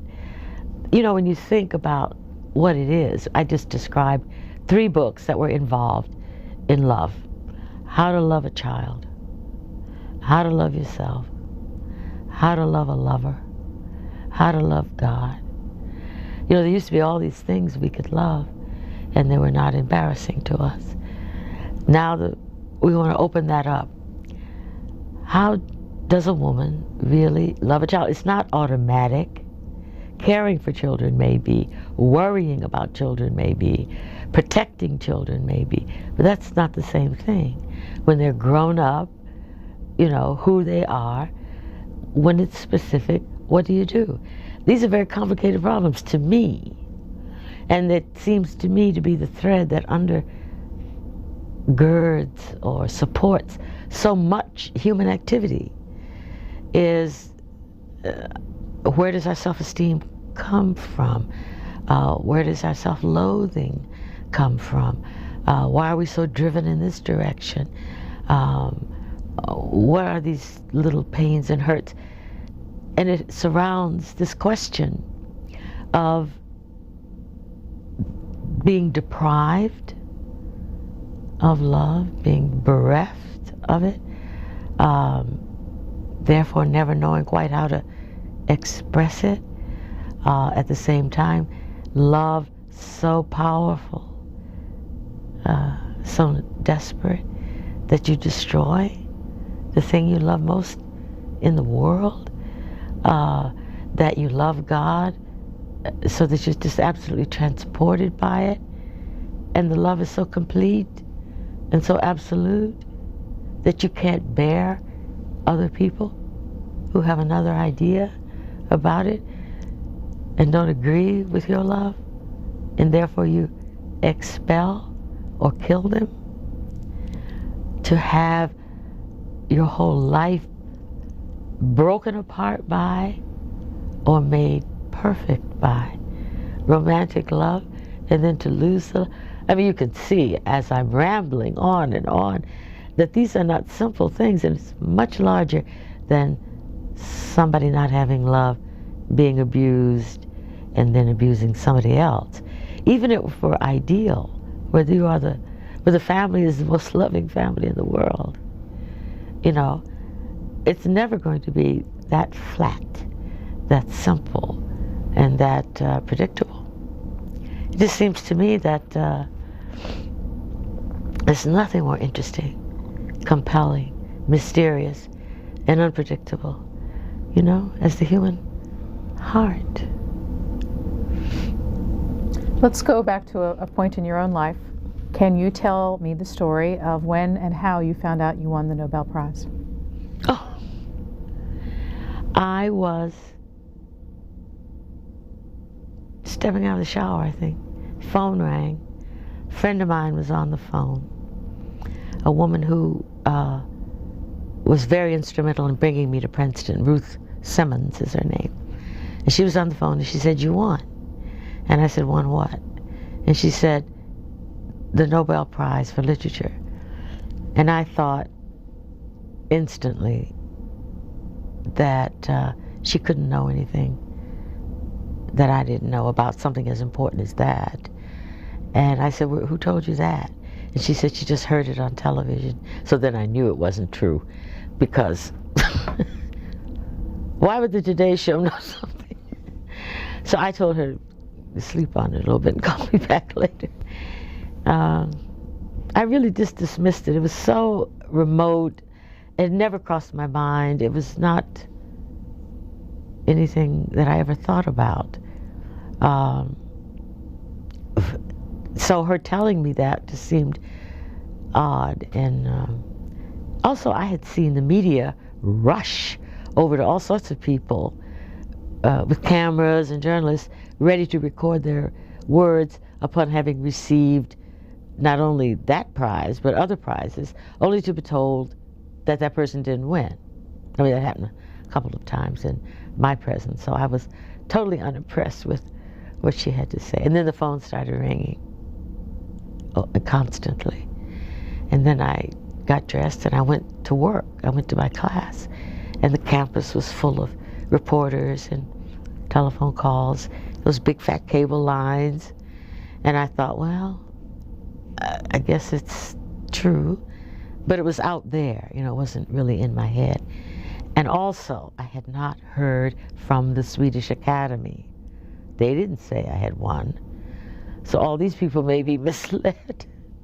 So I asked them to send, when they finally called, about 12 or 1 o'clock that afternoon, I asked them to send me a fax. I want to see it in writing. Were either of your parents still alive? My mother was.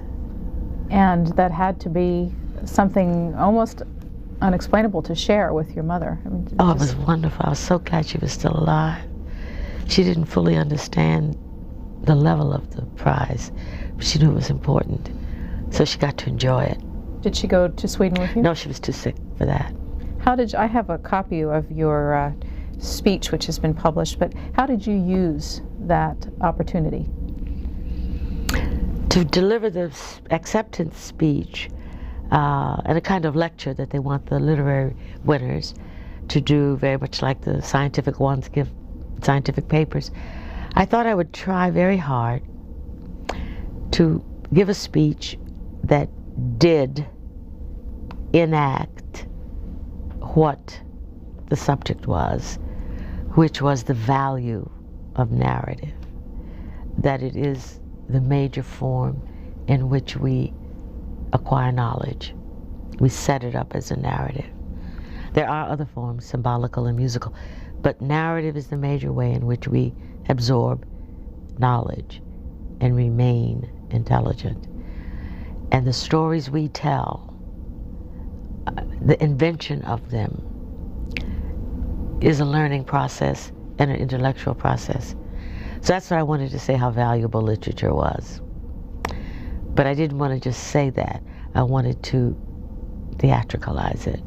So I made up a story, once upon a time, and I used an old story that every culture has about the blind woman or man who's presented with a bird and asked to say whether the bird is living or dead. And the old person says, I don't know, to the young person holding the bird, but it's in your hands. And it's pregnant, you know, with all sorts of meaning. But I wanted to use the situation of that encounter between the old, the wise, the blind, and the young, and give the young agency to really talk back to the old person and say, what are you, tricking us? You know, and have the two of them debate, argue, and come to the third place. What was it like standing there in front of the Academy and all the people in that room accepting that prize? Well, you know, I was the only woman.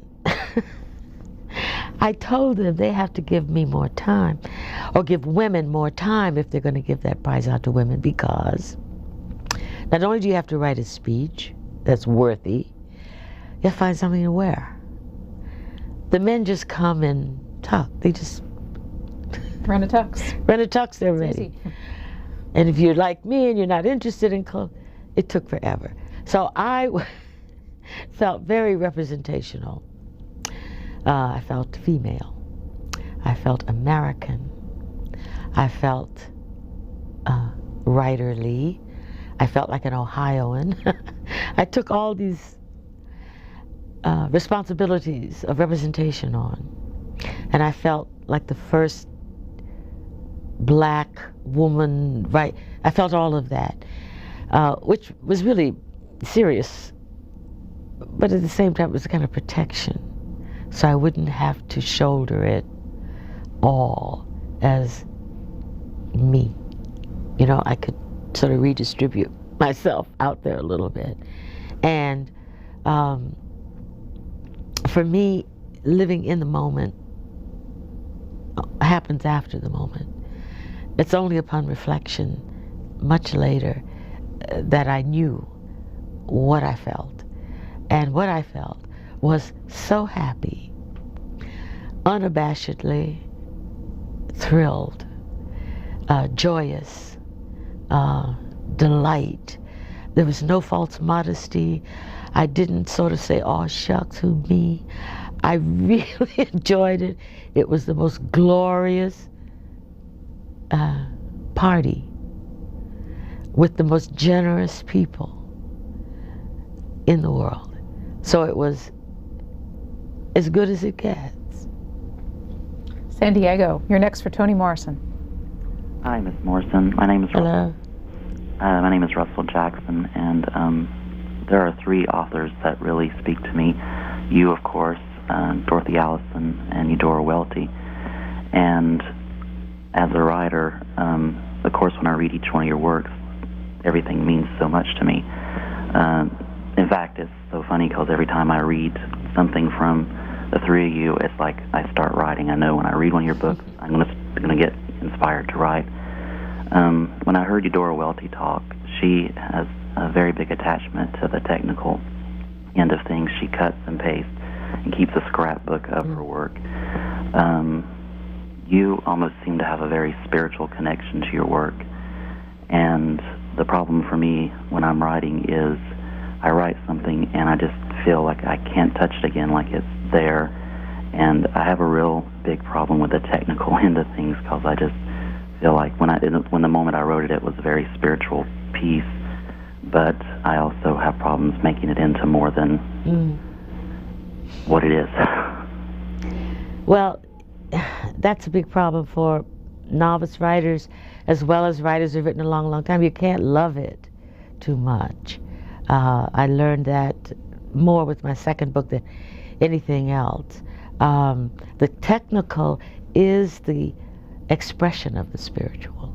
Eudora Welty's work is radiant because of her technical expertise and the way she works it. You cannot rely on simply this sort of inspirational connection. It's like talking to a character and they talk all the time and they want you to do this, and you have to suddenly realize they're not writing that book. I am. This is my book. I write over and over again. I am not afraid to write badly anymore because I can write it over. I used to get so discouraged after writing something an hour or 2 hours, it was just awful. And I thought I could never, it's ridiculous. You throw it away and you write it again and then again. And you don't love it because you did it. The first rule is probably if you love it a little too much, it's probably not very good. So you just work it. And your process has to be one that is fulfilled. Don't hesitate to write that sentence another way, a second way. Move the clause, another adjective. Because that is, you know, how one works. And it isn't because you failed. It's because you're in the process of shaping something that is beautiful and meaningful by using these very tiny stitches, little hammers, tools. They go together. You are a jeweler, you are creating a diamond, or you are a gardener, or you are a painter. But all of those things require technique, practice. Washington, D.C. is next. Yes, hello? Go ahead. Yes, Professor Morrison, I'm a student here at Georgetown University, and I was wondering what your 5 or your top novels, both classical and modern, are, besides the one that you yourself have written. Oh, well, I'm not going to list any 5 particular because, you know, I've been reading a long, long time, and I'm going to leave out somebody who's been a major education for me. And because also I read books 5 and 6 years later, some that I thought were mediocre and turned out to be absolutely fantastic, or things that I thought were flawless and later turn out not to be, but more often things that have just stayed and taught more and more and more each time I go back, revisiting them. And the books seem to change, although in fact I may have. So they're classical books I have affinities for. I mean, I can't explain. I remember a long time, I spent years with Italo Svevo for some reason, and then George Meredith, and then, you know, and it was inexplicable. And then suddenly I went back, you know, to Chekhov. And then all of a sudden I couldn't get enough of Kamara Lai. And recently I've been reading, after many, many years, Chinua Achebe. You read for different reasons at different times, and you fall in love over and over again. But it is a little dismissive for me to rank those authors because they're, you know, constant loves. This viewer asked the question in a more general way, so maybe this will help us get at it. This is Deborah Masterson from Poughkeepsie, who asks, what does Ms. Morrison like to read in her spare time? In a general sense, what do you pick up, and what are you reading right now? Yeah, a couple days ago, I was reading a biography of Colette by somebody whose name I've forgotten already. Very interesting, quite recent. Which is to say, I do read a lot of biography. Less autobiography, a great deal of biography. I read, when I'm traveling, quick stories. I read a lot of detective stories. Detective stories. Yes. And I read a lot of literary theory. I'm just reading a book on King Leopold.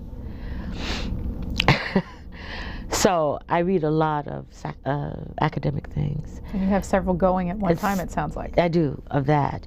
I just read White Teeth by this girl, Zodi Smith. I thought that was quite good. When people send me books and I am able to get to them, and I finished Peter Carey's book recently, which I loved a lot, of the contemporary fiction, which I look for, and sometimes am delighted with finding something right off the shelf, so to speak. Those two I've read recently. This is probably a good time to go back to that question we had right at the very beginning about the curriculum in the college classroom today and the debate over the classics. Yeah, yeah. I don't know why there's a debate. I mean, I just cannot bear these so-called debates that just don't exist anywhere except in a headline. Whether to teach A or B is ridiculous. Academics, pundits setting up false arguments about choices that really don't exist. You don't have to be forced into making that choice. The whole point is to read more, not less. You don't compete with William Shakespeare or compete with Milton. You just add to it. I mean, all of these things came into being via somebody's forceful insertion. I mean, there wasn't a Chaucer Club for hundreds of years after Chaucer. English literature, what we know of as English literature, was never read by anybody who had a real education until F.R. Leavis began to figure out what to teach working class people. The aristocrats didn't read English literature. They read Latin. They read the Greeks. English literature was all about them anyway.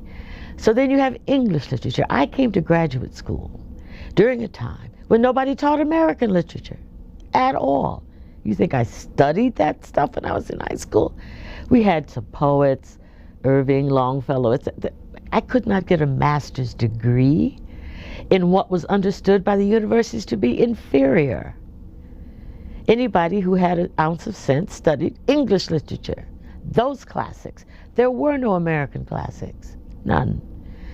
Then, of course, there began to be Twain, etc. Look how long it took for Emily Dickinson to get into the canon. It's a silly argument. We know that scholars push whom they're working on, and students study. There is nothing immutable about that. Luckily, the best does tend to survive because it is good enough to produce lots of scholarship. And also it's rewarding to authors and to readers. So they stay. But this is a powerfully political and cultural battle, and always has been. There's nothing new about it. There's nothing permanent about it. If that were the case, why aren't we studying Cicero in the first grade like everybody else did? Why did we suddenly change our readers and begin to study something else? Why did we suddenly not boulderize Hamlet? When I first read Hamlet, half of it was chopped up and thrown out of the textbook as being too serious for somebody 16 years old to read. And I had to wait until I went to university to read the whole thing. Is Whitman there? Scarlet Letter? I mean, Moby Dick? These things we take for granted as American classics now. They were not always done. Now, new kinds of books are being written. Very important, very powerful. New voices are being heard. They don't have to compete with the classics. They just simply have to stand on their own and have some intelligent people review them. So as far as I'm concerned, there is no debate. Sacramento, you're on for Toni Morrison. Good morning, Miss Morrison. My name is Diana. I'm in Sacramento. And I love your work. And I've read Beloved a couple of times. And frankly, I had to put it down and sort of have a recovery period because it was it became a very emotional read for me. And I'm wondering, and that happened also when I went to see the film. I felt exhausted after the film was over, and although I enjoyed it so much, at the same time, it was physically draining and emotionally, I suppose. And so my question then is, do you have a sort of a recovery period after you put together a piece like that? And how do you do that? How do you come back to sort of a reality, or how do you keep your perspective after writing something like that? Thank you. Well, it was difficult for me because it was writing about things that were unpleasant and imagining things I didn't really want to imagine, and knowing that most people didn't either. So that's why the theme is forgetting. Everybody in the book is trying to forget, or not saying anything about it, in the same way that African Americans did try to forget and not say anything about in order to go forward. In the same way that I, as the writer, was trying to manage. I didn't want to talk about it. I didn't want to think about it.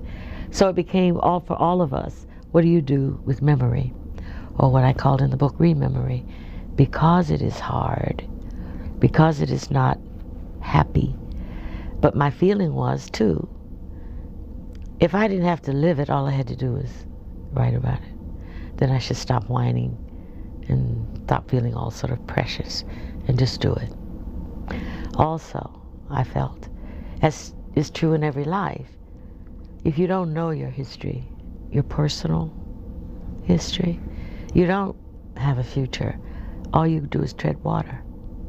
You can't get beyond that. It takes a little courage. you do feel bad reliving or encountering this, but it has to be worth it. So I tried in Beloved to say, everybody in here is unhappy about this ghost, but they're dealing with it. And you can too. And because I know that slavery is very hard for black people to try to remember or recreate calmly, it's impossible. For white people to do the same thing, it's difficult for them. So instead of, ignoring that, I would distract them a little bit and have them concentrate on this ghost as the most important thing, while I fed them little sips of slavery so that they didn't have to look it straight in the eye and swallow it whole. They could look askance, as it were, and concentrate on something else while they were being, sort of inundated with this other horror story. I mean, the point being, people said, well, why a ghost in a book about slavery? There are some good technical reasons and logistic reasons, but in addition to those, it was clear to me that the ghost story is the least amazing of those tales. The most amazing and the most outrageous and unbelievable is the slave story. If you can believe in the slave story, believing in a ghost takes nothing. But it was a kind of sleight of hand that I decided upon in order to make those two ideas palatable so that the reader would be willing to go there. The movie is a different thing. That's so much external images. And the nature of a movie is to be blatant. It's right up there in your face, sort of frontal. For me, as a writer, I don't have to be blatant. The scene of the actual slaughter of the baby is buried in the text. I can't even find it. I don't know where to go. But you know it happened, you think it happened, you want to know why it happened, but the actual description of it is very short, seen from 2 or 3 points of view, one of which I read earlier, and sort of buried. It's the effluvia around it, the consequences of it, the preparation for it, that takes up more of the book. We are 2/3 of the way through a 3-hour conversation with Toni Morrison. This is C-SPAN's Book TV in-depth series, and we welcome your telephone calls for our guests for the next hour. Speaking of recovering, from an observer's point of view, it looks like you're always working, whether it's teaching or writing. I know. I have this sense that I'm not doing anything. I don't know. Maybe it's being a depression child where everybody had to have 4 little jobs in order to...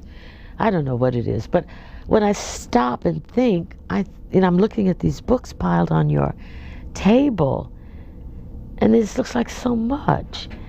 And I do work, and I do lecture, and I do write things other than novels, and I write lyrics. Beautiful. Beautiful. Some of them are beautiful, but it's something I like a lot.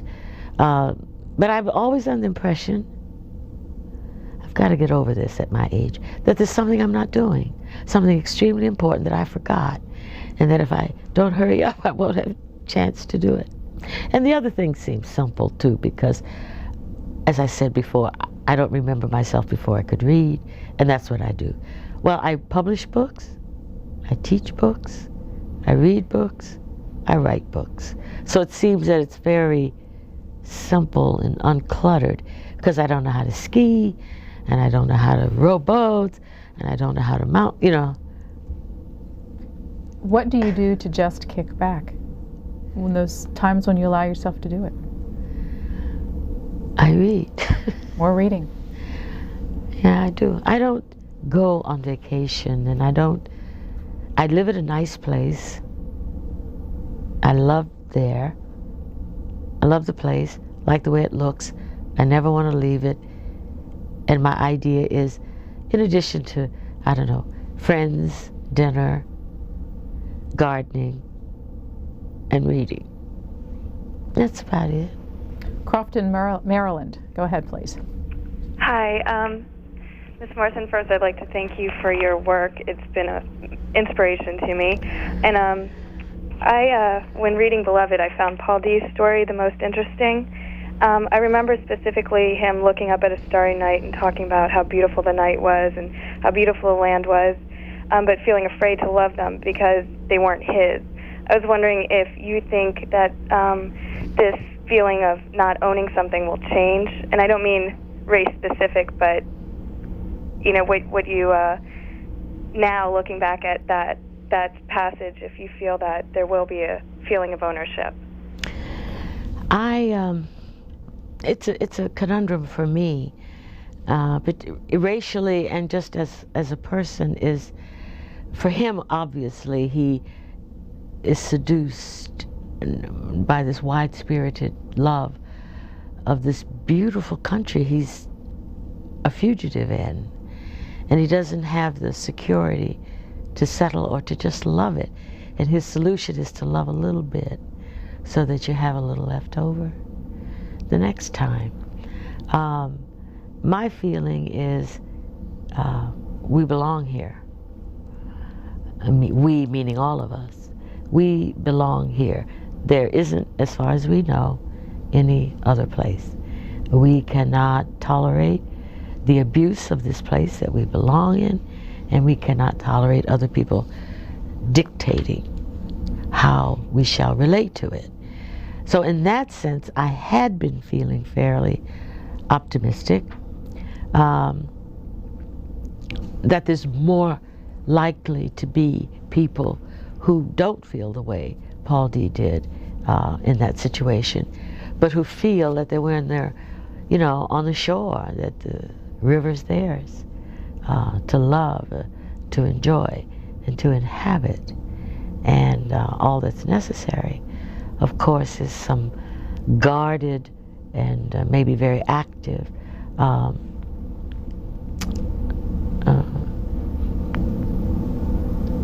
resistance to those who believe that it's not ours.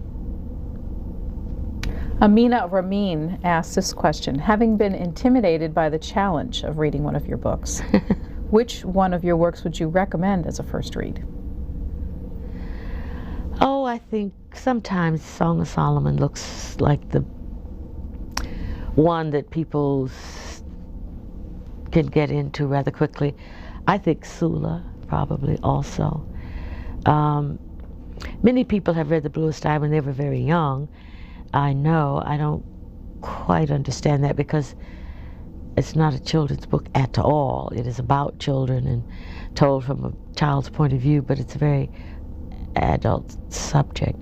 And I know that there are young people, particularly young girls, who read the story when they're 12 and 13 and are terrified by it. And it just doesn't sit well with them until much later. So I always wonder, I always ask them, you know, how'd you feel? Well, the subject matter was a little outrageous for them.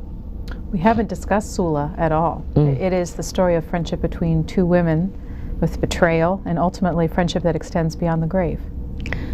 Yeah, I thought that was quite a little revolutionary topic at that time in 1972 and 3. Not that there haven't been stories about women before, but when women were friends, close friends, in most classical literature of Europe and England, the point of the friendship was about men, how to get married, advice on marriage, housekeeping, etc. It was never about the friendship itself. The friendship we knew was just a means to another end, which was the husband or the lover or what have you. So I was interested in women the friendship was about that, not about their other lives, but about that relationship. So I chose two people that were very close, but were very much unlike each other, very much unlike, to see if I could examine how that friendship was made and what would be the collapse of it. And obviously it would be betrayal with a man, and whether it could ever survive that, whether it was valuable enough to survive that sexual betrayal, which is the most outrageous for men and women, I suppose, but certainly that form of betrayal is profound. So I wanted to test the friendship. Minneapolis, you're next for Toni Morrison. Hello, Professor Morrison. My name is Mary, and I've been reading and giving as a gift your book, Paradise, for the last couple of years to everybody I know. And I've got a group of people that I'm going to be discussing it with. There's about 13 of us, and we've got a strong religious background, Catholic. And my question has to do with the theology involved in that book, and in particular, that the whole tradition versus spontaneous response, the women who respond to the needs that are there and what happens and the people that they're presented with versus the town and their strong need to preserve their tradition and their values. And I'm thinking too of George W. and his whole discussion of bringing back tradition versus community, and the community that's represented by the women and their ability to respond from the heart, and that conflict, that whole conflict, and I know you don't want to resolve conflicts, but I'd love to know if this model of the women loving is the one you're leading us to. Well, she wants to go to the book club with answers right from the source. Well, it's interesting, the value, as you describe it, of the conventional, traditional way. There's a lot of value in that. And then the Catholicism of the nun who takes in candomblé, I mean, it's beautiful, it's exquisite, it's, it's the Protestant traditionalism, the Catholic traditionalism, and then there's this third thing, which is a kind of a remnant of candomblé, kind of combination of Africanist religions and Catholicism as practiced in places like Brazil, a little animistic, etc. And to mix them together in a way in which to say, I suppose, which is not terribly original, is that, the worst thing you can say about religions are the people who practice it, who use it and have other agenda of power, of empire, of control, which is usually not the seed or the kernel of the religion itself. The institutionalization of these absolutely beautiful, generous, wonderful ideas, which is religion, which is spirituality, rituals. Those are the good things. And then, of course, you have, people, such as the men in the town, unlike their wives in paradise, who use the religion in order to expand their empire. Or you have a woman like Candomblé, who was a very devoted Catholic, but who was abandoned by Catholicism. And nobody was there to take care of her. So she had to invent a third thing. So it's not so much which of these things is right. It's just that we lose the love and the mystery and the generosity of religion. If it's not generous, and if it's only based on the hierarchy of exclusion, then it seems to me that therein lies the rub, when the problem becomes not the traditional or the new. It becomes in the hearts of people when the people aren't good enough for the religion that they espouse. Suad Ali, who was a professor at Hiram College, wants to know more about the origin of your mother's name, Rama, which this person says means mercy in the original Arabic, and notes that it's a popular female name in their country of origin, the Sudan. That's good to know what it means, because my mother was annoyed because her name was chosen by somebody opening the Bible and putting their finger down, very much the way it happened in a book I wrote called Song of Solomon, where Pilate got her name that way. And I think in the passage that was identified, it was called Ramah, which she and her parents and all of us pronounced Ramah. But she said it was a village. And I never searched further to see if the village had a meaning. And it would have been nice, had she been alive, to know that it means mercy. She is the dedication, along with a group of other women, Yes. of your book, Tar Baby. Yes. Who are the other women? Caroline Smith, Millie McTeer? Aunts, their mothers, my sister. The women I thought were fierce, powerful, loving women. This process of choosing dedications, probably a dicey one. Very. It's the skippy part. It's the one that no one's supposed to read but me. So I have sometimes disguised them and sometimes been forthright about them, but it's all very subjective. Do you have, and this is perhaps like choosing among children, but do you have a favorite among your books?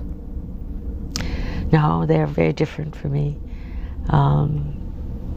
Different obstacles I set myself, different kinds of success that I think I've achieved, or things I was not able to do. Some of the ones that get the most attention are not the ones that were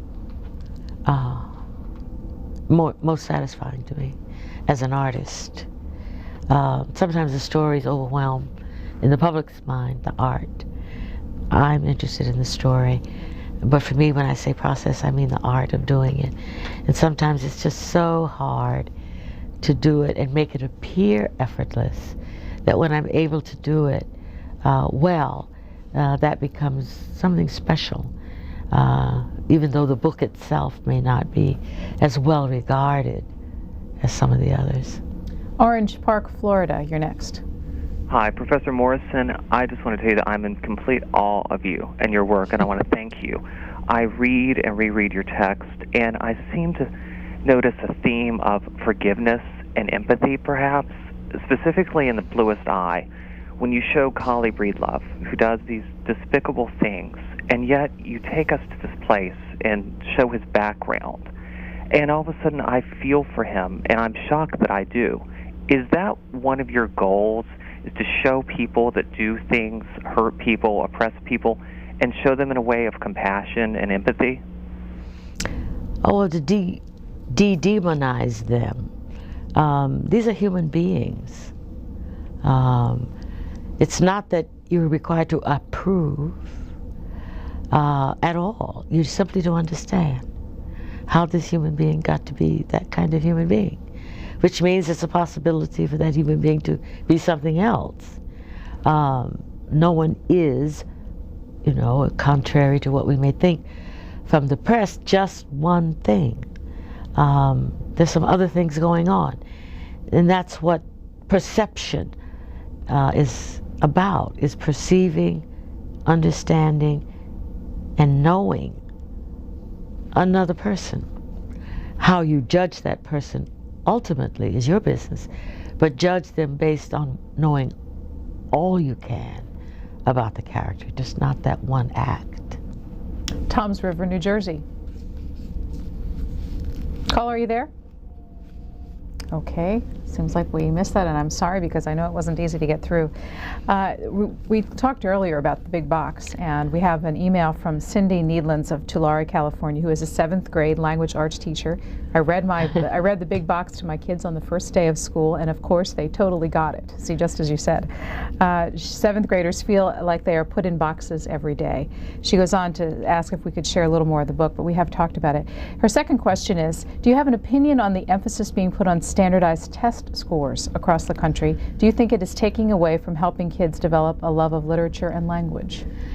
I'm not sure, but I would be afraid of it. I would be afraid of only or heavily emphasized test scores. I think it's just good for the people who record the progress to know what the test scores are.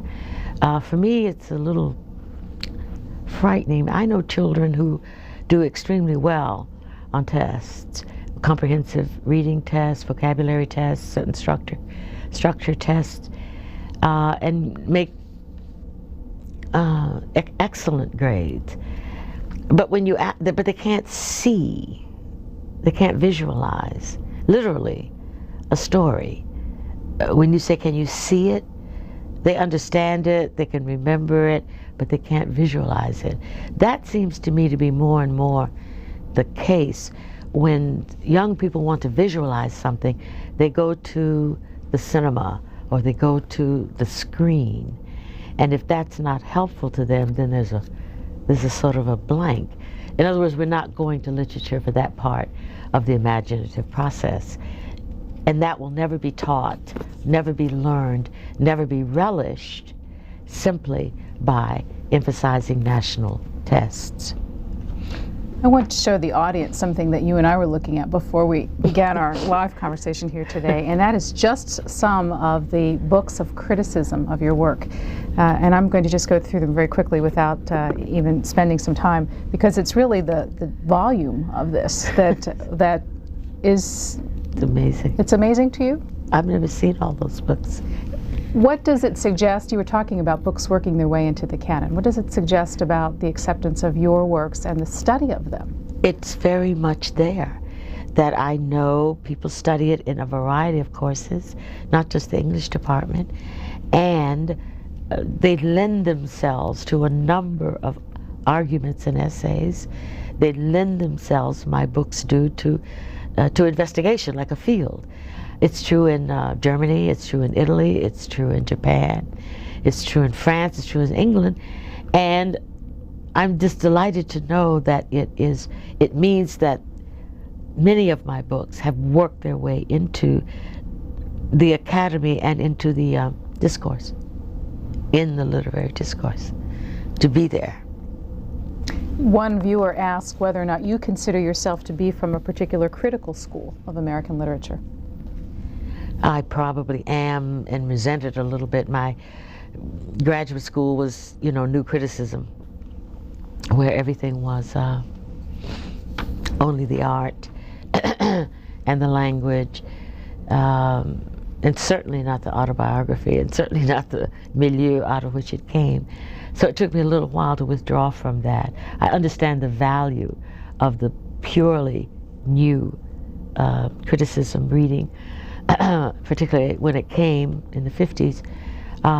But I got very much enchanted by deconstruction, because it opened up the literature for me in a way in which I liked it. It's true, I'm not supportive of the very specialized jargon, and I think it, like most schools of thought, opens itself up for misreading, well, more importantly, for fakes. But any good idea opens itself up for fakes. But that kind of postmodernist criticism was very interesting to me. It was a way for all sorts of things to happen in literature that the new criticism made intolerable. Cambridge. Hello. Hello. Hi, I'm so happy to be on with you today. And I need to thank Book TV. This is a wonderful, wonderful program. And I've watched others of your authors also. But I have a comment to make and a question to ask of Miss Morrison. A caller called in earlier and mentioned his 3 favorite writers. My 3 favorite are Miss Morrison, James Baldwin, and Charles Dickens. And I wondered what the 3 had in common. And what you all have in common is that you have the uncanny ability of pulling the reader into your world. And often I hate when I come to the end of one of your novels or a Dickens novel or something James Baldwin has written, because then I have to leave that beautiful world that you opened up.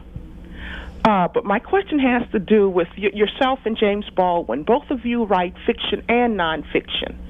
And I was wondering if the process of writing fiction is different from the process of writing nonfiction. And if so, how do they differ? Thank you. I don't know what it was like for him. James Baldwin wrote plays and novels and poetry and these really marvelous essays. I think I explained earlier for another question that for me, the difference is, like, I can't write when I teach, because teaching is very analytical. You're taking something apart, you're shaping an argument, you're trying to persuade or at least open up something in an essay where you convince somebody that this is probably. But fiction writing for me is open to surprise. I want to be available for wilderness in a way that I'm not when I do an essay. It's looser, it's freer, I can range wider. In the actual writing of it, I have to pull all those things together and make it work, you know, like a watch, secretly, behind the face, so to speak. So the process of thinking for me is different. And then certain topics just are not fiction topics for me.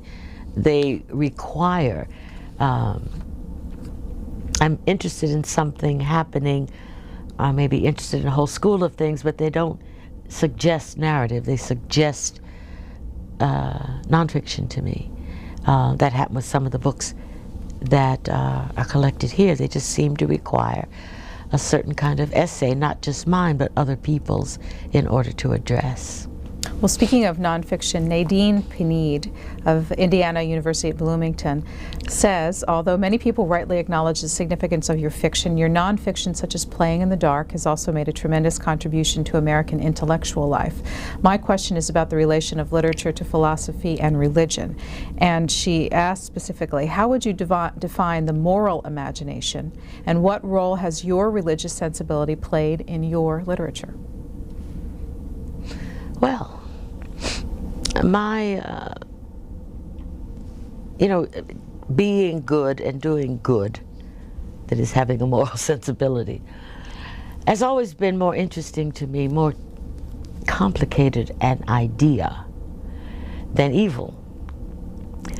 Evil, it seems to me, gets more play, theatricus.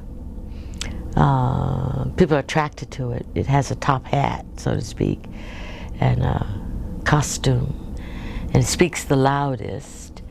But it's really boring, fundamentally, because it can sort of refine new ways to do the same thing.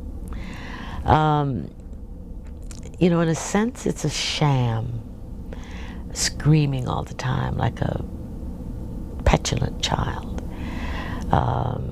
And we fall for it. The press falls for it. If it bleeds, it leads. And it's just numbing and boring. On the other hand, artistically, we have treated good as boring.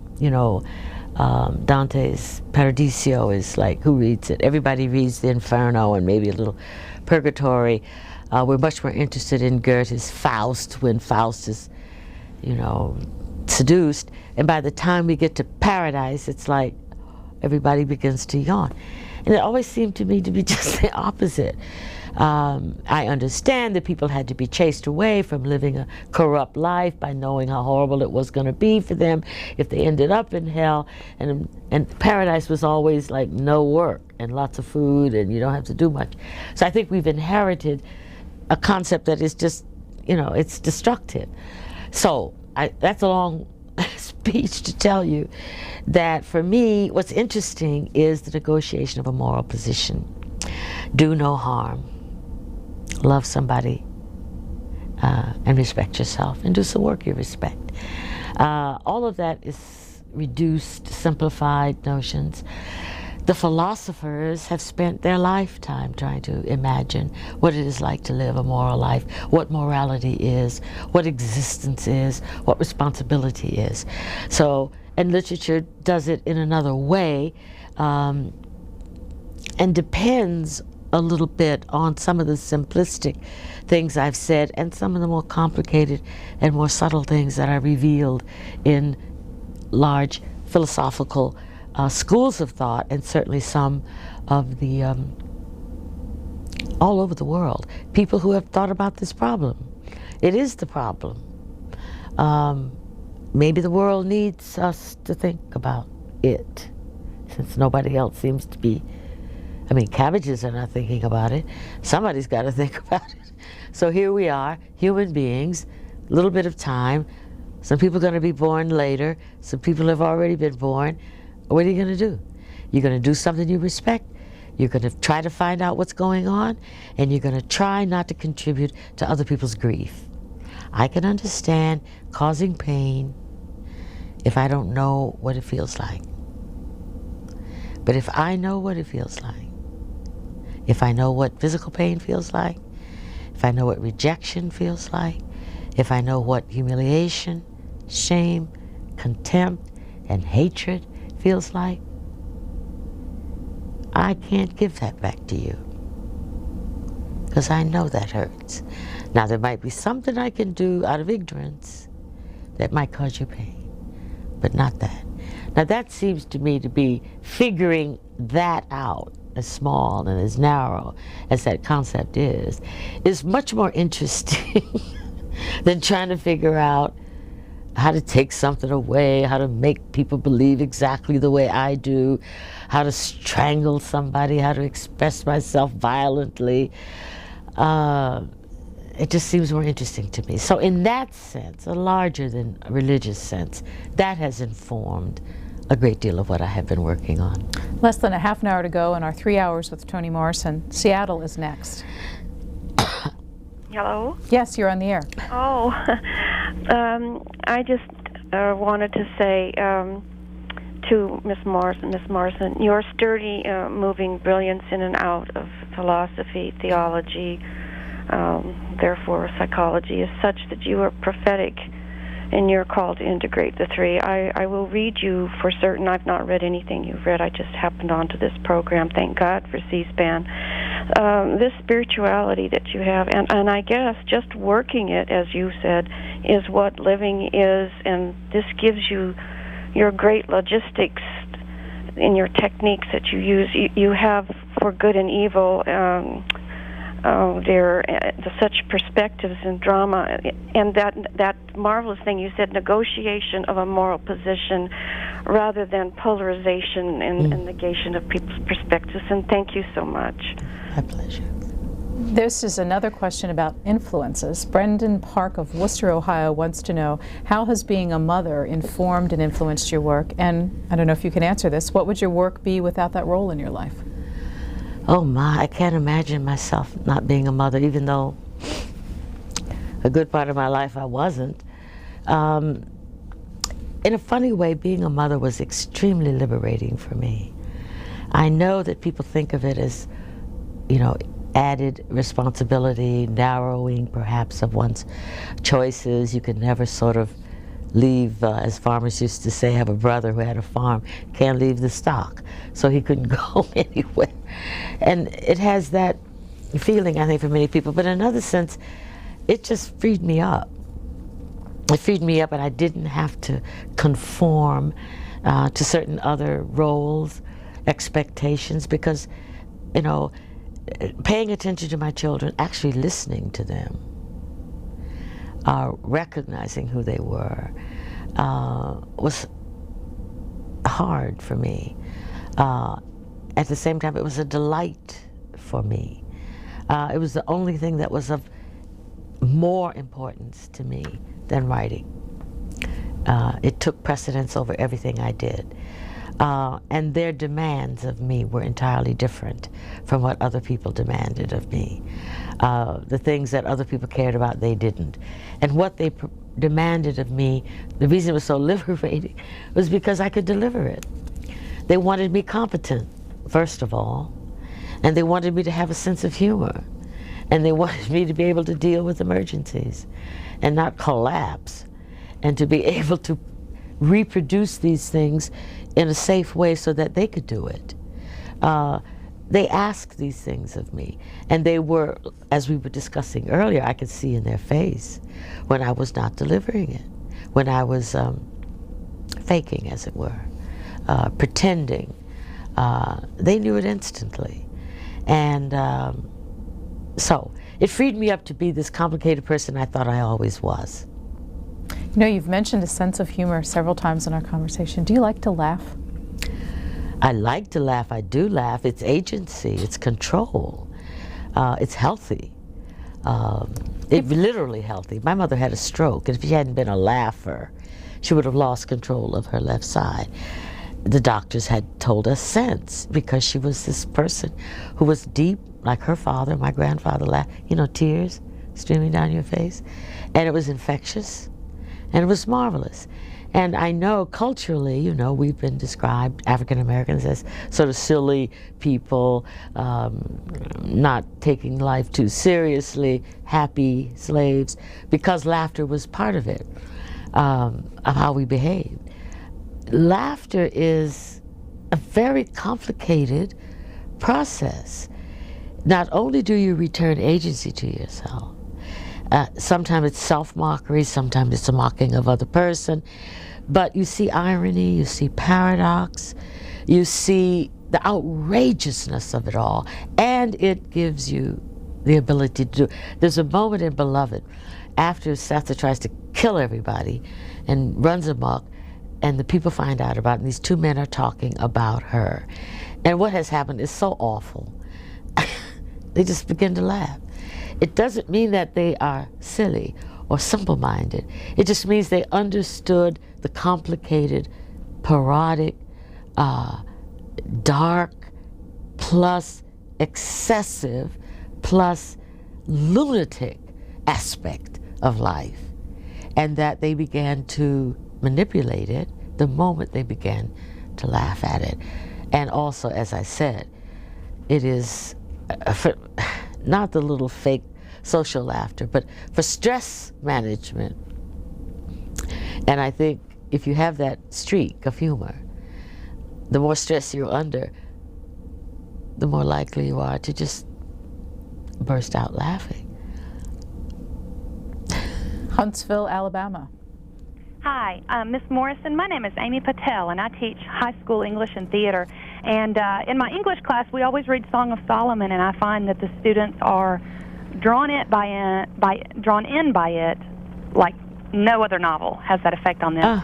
And they're especially interested in Pilate and the theme of flight. And one thing that I wanted to ask you about was at the end of the novel, when Milkman is finally able to fly, he says that Pilate was able to fly without ever leaving the ground. Yes. And I wanted to ask you about, what is flight, and why can Milkman fly finally, and why can Pilate fly all along?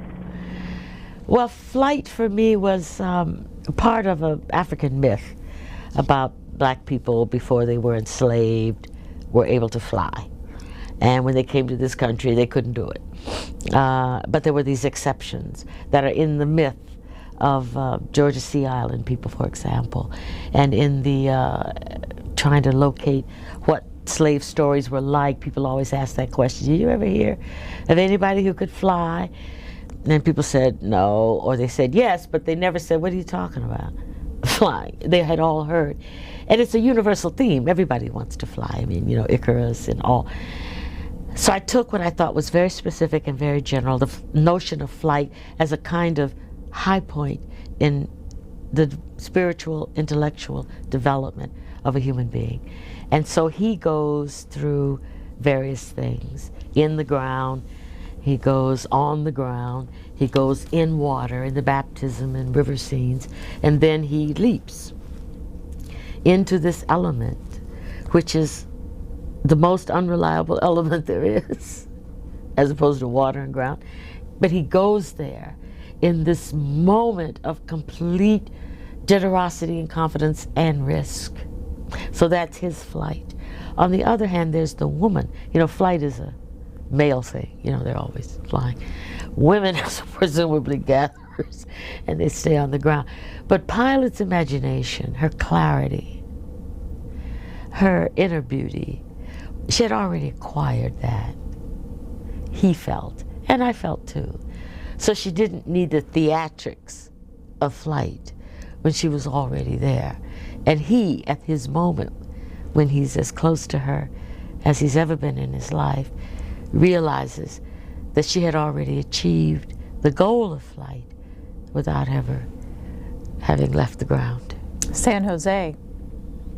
Yes, hello. My name is Phyllis Jenkins, and I'm a therapist who is an aspiring writer. I was very touched, Miss Morrison, by your words about finding your voice and recognizing your style, that you were welcoming the reader, that you were reassuring and holding their hand while you were telling them hard truths. I was very struck and touched by those words because, in a sense, that's what I do. And my mentors and teachers, Irving Polster and Miriam Polster, who are world-renowned for their work in Gestalt therapy, are also authors. Irving wrote a book called Every Person's Life is Worth a Novel, and Miriam wrote a book called Eve's Daughters, The Forbidden Heroism of Women, among many other books that they wrote. But I was first inspired by Irving that perhaps I could tell my mother's story, and also for my children, and probably for myself. And took a writing course last summer and was delighted to discover that I could paint pictures with words. But I am, that is not the craft that I've studied for the past 20 years, and yet I feel like I'm at a time in my life where I would like to go forward with that. Are you having trouble? I think it's the confidence that I can do it, and where do I go to... You have to ask her, Ask who? Your mother. Oh, well, she just passed away last year. That doesn't mean anything, that you can't ask her. You really have to ask her. Say more about that. You have to talk to her, and you have to ask her. She'll tell you. Oh, yeah, of course. You know she will. Yes, yes. But only you could interpret the signs and hear her voice. Yeah. But there's nobody better, in a better position to tell you, A, whether to do it, when to do it, how to do it, and to give you the information. Yeah. What I was really struck with your words and all the discussions of your books, and also reading your books, is this idea of oppression and overcoming obstacles, the heroism of women in that process of anyone who has suffered oppression. And although I am not black, I went through watching my mother's oppression by a small town, and conventional attitudes that in some ways squashed her, but in other ways she was able to maintain her sense of humor and rise above that. Caller, well, thanks. Because our lines are so busy, thank you, and we wish you good luck with your writing venture. Good luck with that. Albany, California. Hi. Well, I'm a 10-year-old boy, and my question is, a 10-year-old African-American boy, and my question is, what encouraged you to write The Bluest Eye? And do you think I should read it? I'll answer the second question first. Wait a little bit before you read it. Don't read it if you're 10. Wait till later. Ask your parents. And what made me write it was just my heart was breaking when I thought about that little girl not being worthy of a book in the world. We've got 15 minutes more with Toni Morrison and lots of emails, lots of I got some water for you. Can you last 15 more minutes for us? Or Two? Sure. Okay. Scotch Plains, New Jersey. Go ahead, please. Yes, I wanted to ask you how you feel about, or how you would feel about, having your books published as e-books. How you feel about the process of reading a book on a screen, since you were talking before about relying on screens perhaps too much in our current culture. I had an initial hostility to the notion, and then I got a sample of an e-book, and I looked at it. It was easy to handle. I read something on it and was very disturbed, and I couldn't finish it, and I didn't like the color, and I didn't like the text, and I was very uncomfortable. And then I read on it, they had already, had these books in, Jack London's Seawolf, which I haven't read since I was a kid. And I punched it up on the screen, and in 2 seconds, well, maybe 2 paragraphs, I was totally in the book and did not know I was reading on the screen. Now that's a big thing for me because I've been going around saying, well, you have to have the book, you have to touch it, you have to turn the pages. And then I realized something, that the power of the narrative is the thing, not whether it's on screen or whether it's in a book. That's the first thing. The second thing is I don't think they're competitive. I think there will be people who will always read books, want books, don't want to look at it on screen. I talked to young people and they said they would love, they're more attuned to screen use, they would love that better. So I say all of that to answer your question as saying I have no problem with my books being on screen as ebooks. My only problem is the share of the profits. Questions dealing with issues of race. Sam Salim asks, what do you think it says about us when we who are of African ancestry still use the N-word to identify ourselves? I think it's a little bit more complicated than just self-contempt. Every group has a contemptible or contemptuous word for itself. It's a kind of survivalist strategy. But that word seems to be going rapidly out of favor in certain groups of African Americans themselves.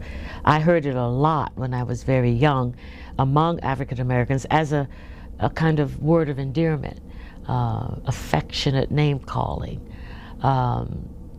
you know, a kind of toughness about it. But I hear that less and less.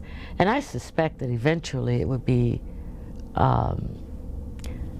weird. It's like words get these auras, pickaninny, you know, these sort of old racist terms that just fall out of favor.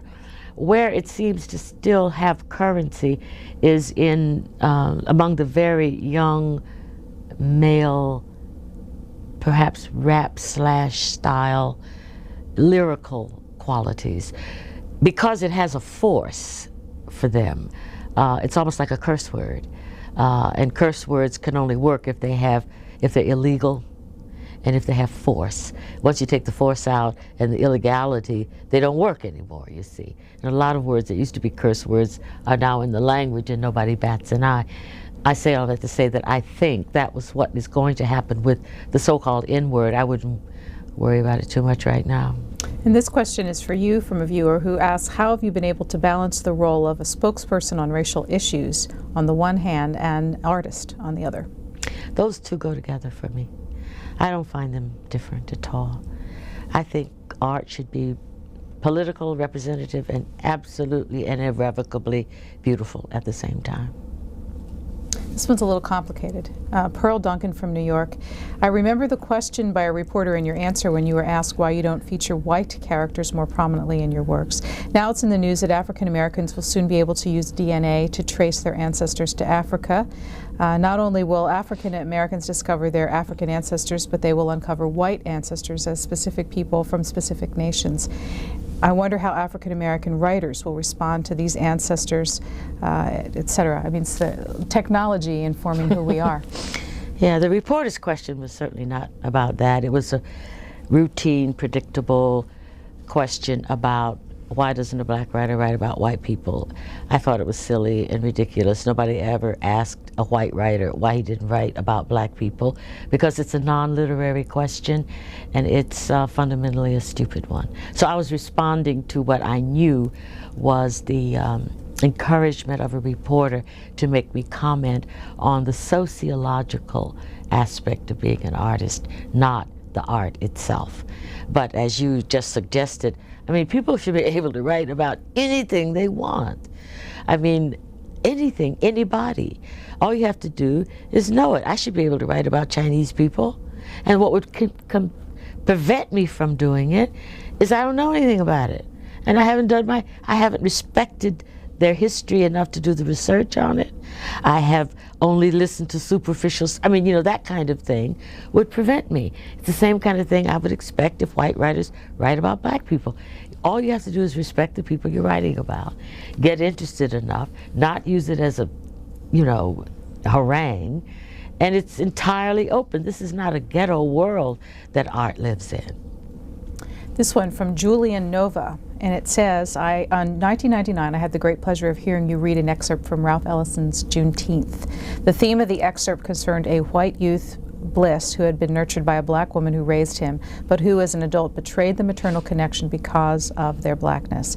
You read so beautifully and with such feeling that I sensed that the theme of white betrayal of black women who had loved them as children struck a nerve in you. Would you please comment?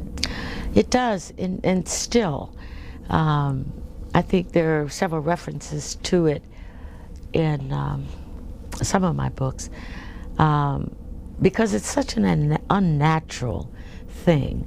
I could say the same thing about not black-white relations, but wet nurses, you know, that were so common in England and in France, where women of a certain class sent their children away to be nursed by strangers and brought back when they were, you know, sort of housebroken, so to speak.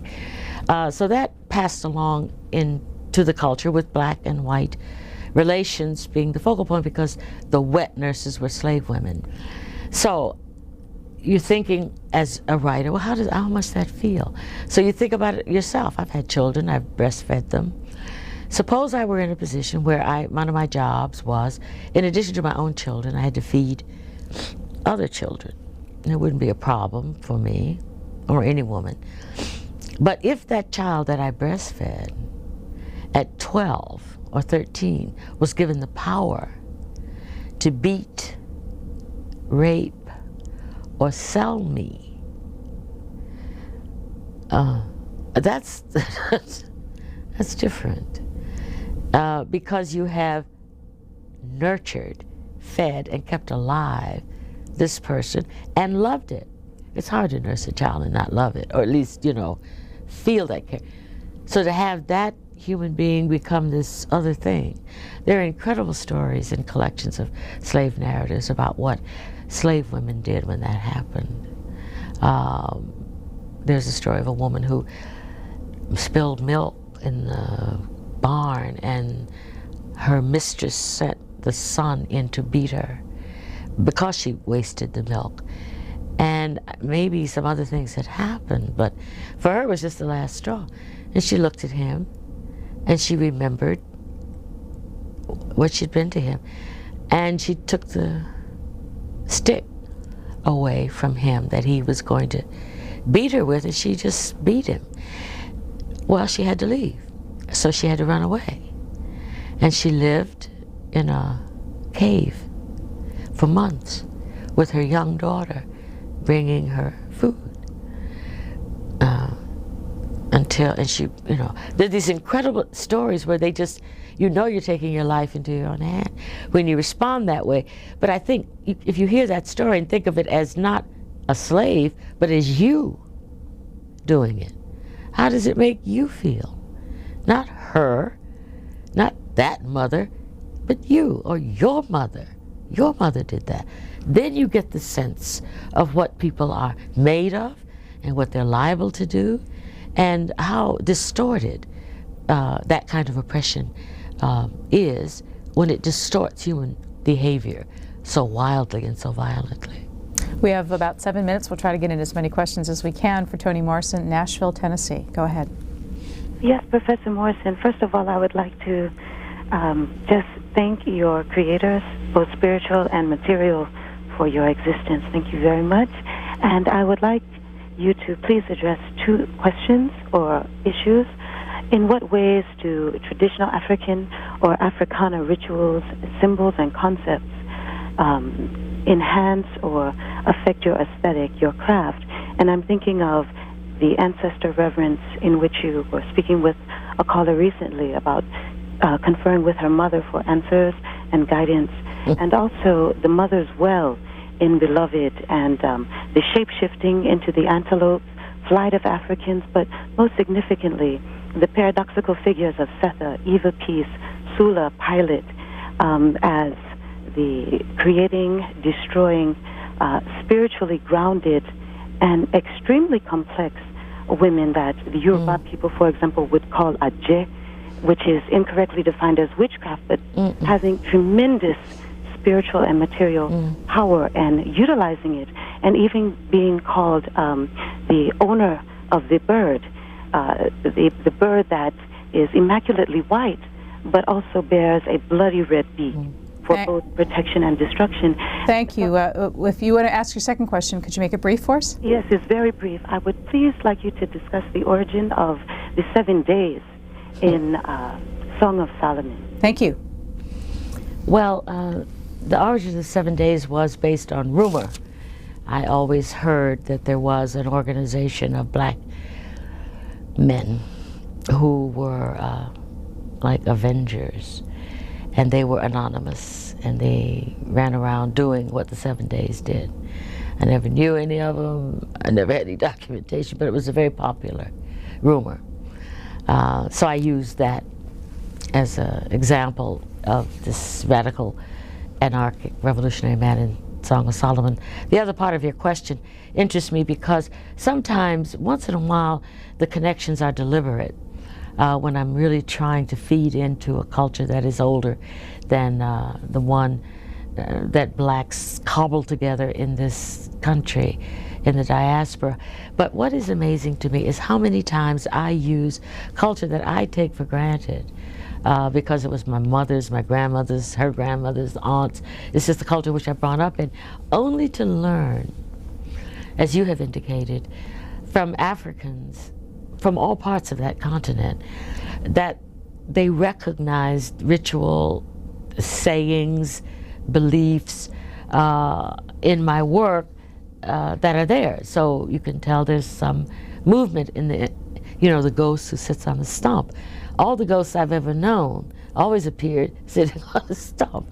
The ghost who comes out of the water, the reincarnation, the looking at oneself in water, and what happens when you break it. All these things were all part of the mythology, the culture that I grew up in, and apparently have real living life in other African cultures that have been redistributed among us.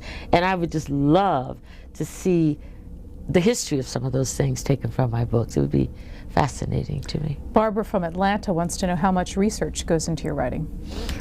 Oh, a lot of research. I have to know, particularly if books have supernatural elements in it, I have to be very sure that all the facts are facts. I just don't like to do the research before I have the story under my belt, because I like to do research and it would just keep me going to the library forever. Everything leads to something else. So I try to control it. The book I'm writing now takes place in a place I've never been to, in an industry I don't know anything about, so I have to know exactly what that is now that the narrative is sort of done. Thought through, not written through. And so now I have to know everything. I have to know how far things are. I have to know what color green that curtain is. I have to know the name of all those tools. I have to know what the name of the railroad was, everything. So it's all details that contribute to the authenticity and the credibility of the period. Los Angeles, go ahead. Yes, hi, Toni Morrison. Hello. I teach 7th grade English. I am a middle school teacher, and I work with working class students of color. And I'm always attempting to empower them, to make them appreciate and love literature and writing and literacy. And I always talk about you and your essays, and I always talk about your characters in your novels and how they assert agency. My question is this. You briefly talked earlier about postmodern theorists who use jargonistic codes, jargonistic phrases in their work. And I want your opinion on feminist and cultural critic Bell Hooks, who I admire deeply, but I feel that I cannot use them in the classroom as much because I feel that they can be very, very dangerous. When we talk about notions of theoretical paradigms such as talking back to the master, home place. This is how we were. This is how blacks were before integration, and this is how we should be. White supremacist, capitalist, patriarchy. All of those code phrases, all of those phrases, I feel romanticize blackness, romanticize subjectivity. And I find that to be particularly dangerous because they don't move beyond sociological analyses. Caller, thank you. Our time's short, so I think we have enough of the questions. I think you should say that. Take the words that you find dangerous or misleading or generalized or romanticized, put them on the board, and define them for your students, and then tell them why you think they're dangerous. And then you get a nice discussion about the danger of language, not just bell hooks' language or mine or anybody's, but what the power of language is, how it can indeed hurt or mislead. And the students may argue with you about that, and that would be very good for your class. But I wouldn't prevent it from coming into the class. I wouldn't prevent your students from reading bell hooks. I would just give them the tools to analyze it and understand it. About a minute and a half left. You've given us a few hints about your next book. Can you tell us any more about it? You won't tell us? I can't. Why not? I'm afraid. Because you might not finish this one all the way through? Or? No, this is the period when it's mine, you see. Eventually it'll be yours, but now. When can we expect it, do you know? I think the publisher expects it in 2002, so maybe indeed I might finish it by then. And the happy birthday that a viewer wished you a while back, this is what some people might consider a milestone birthday. You think? 60 is supposed to be the milestone. Anything after that is gravy. Yeah, I'll be 70 in a couple of weeks. And does it surprise you? It absolutely astounds me. Because you know what happens is you just end up a certain age inside. I mean, 32, 26, it's a different age, but everybody knows what it is, how old you are on the inside. And what happens after that is like somebody else is doing. So, you know, it's sort of a strange, mythical age, which I happen to like a lot. I think some of my friends don't like it so much because they are backing up a little bit. And I'm constantly telling people how old I am. And there's not a year that I have lived that I don't want to say is my own. Do you still learn? Oh, God, yes. Oh, yeah. If you're open and if you know how you came to these sort of inveterate conclusions you've had before, then you're frightened to say, I know this is the way and this is the answer. Particularly at this age where a friend of mine was saying, you know, all the irrevocable mistakes, we've already made those. All the things we didn't know and still don't know, that's all there. Now you're free. You can change your mind. You can make a mistake. You can learn something new. And do you feel free? Absolutely. Wholly. Well, thank you for helping all of us learn by spending 3 hours with us this afternoon. We appreciate it. Toni Morrison, whose new book will be out perhaps in 2002, but there's certainly lots to pick from, and we hope we've given you a taste of some of it today. Thanks again for being with us. My pleasure.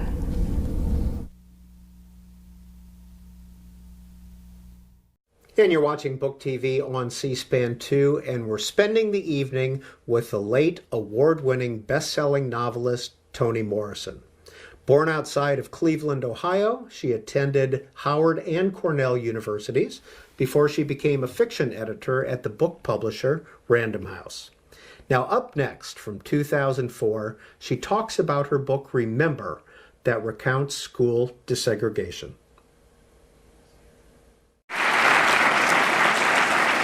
Thank you.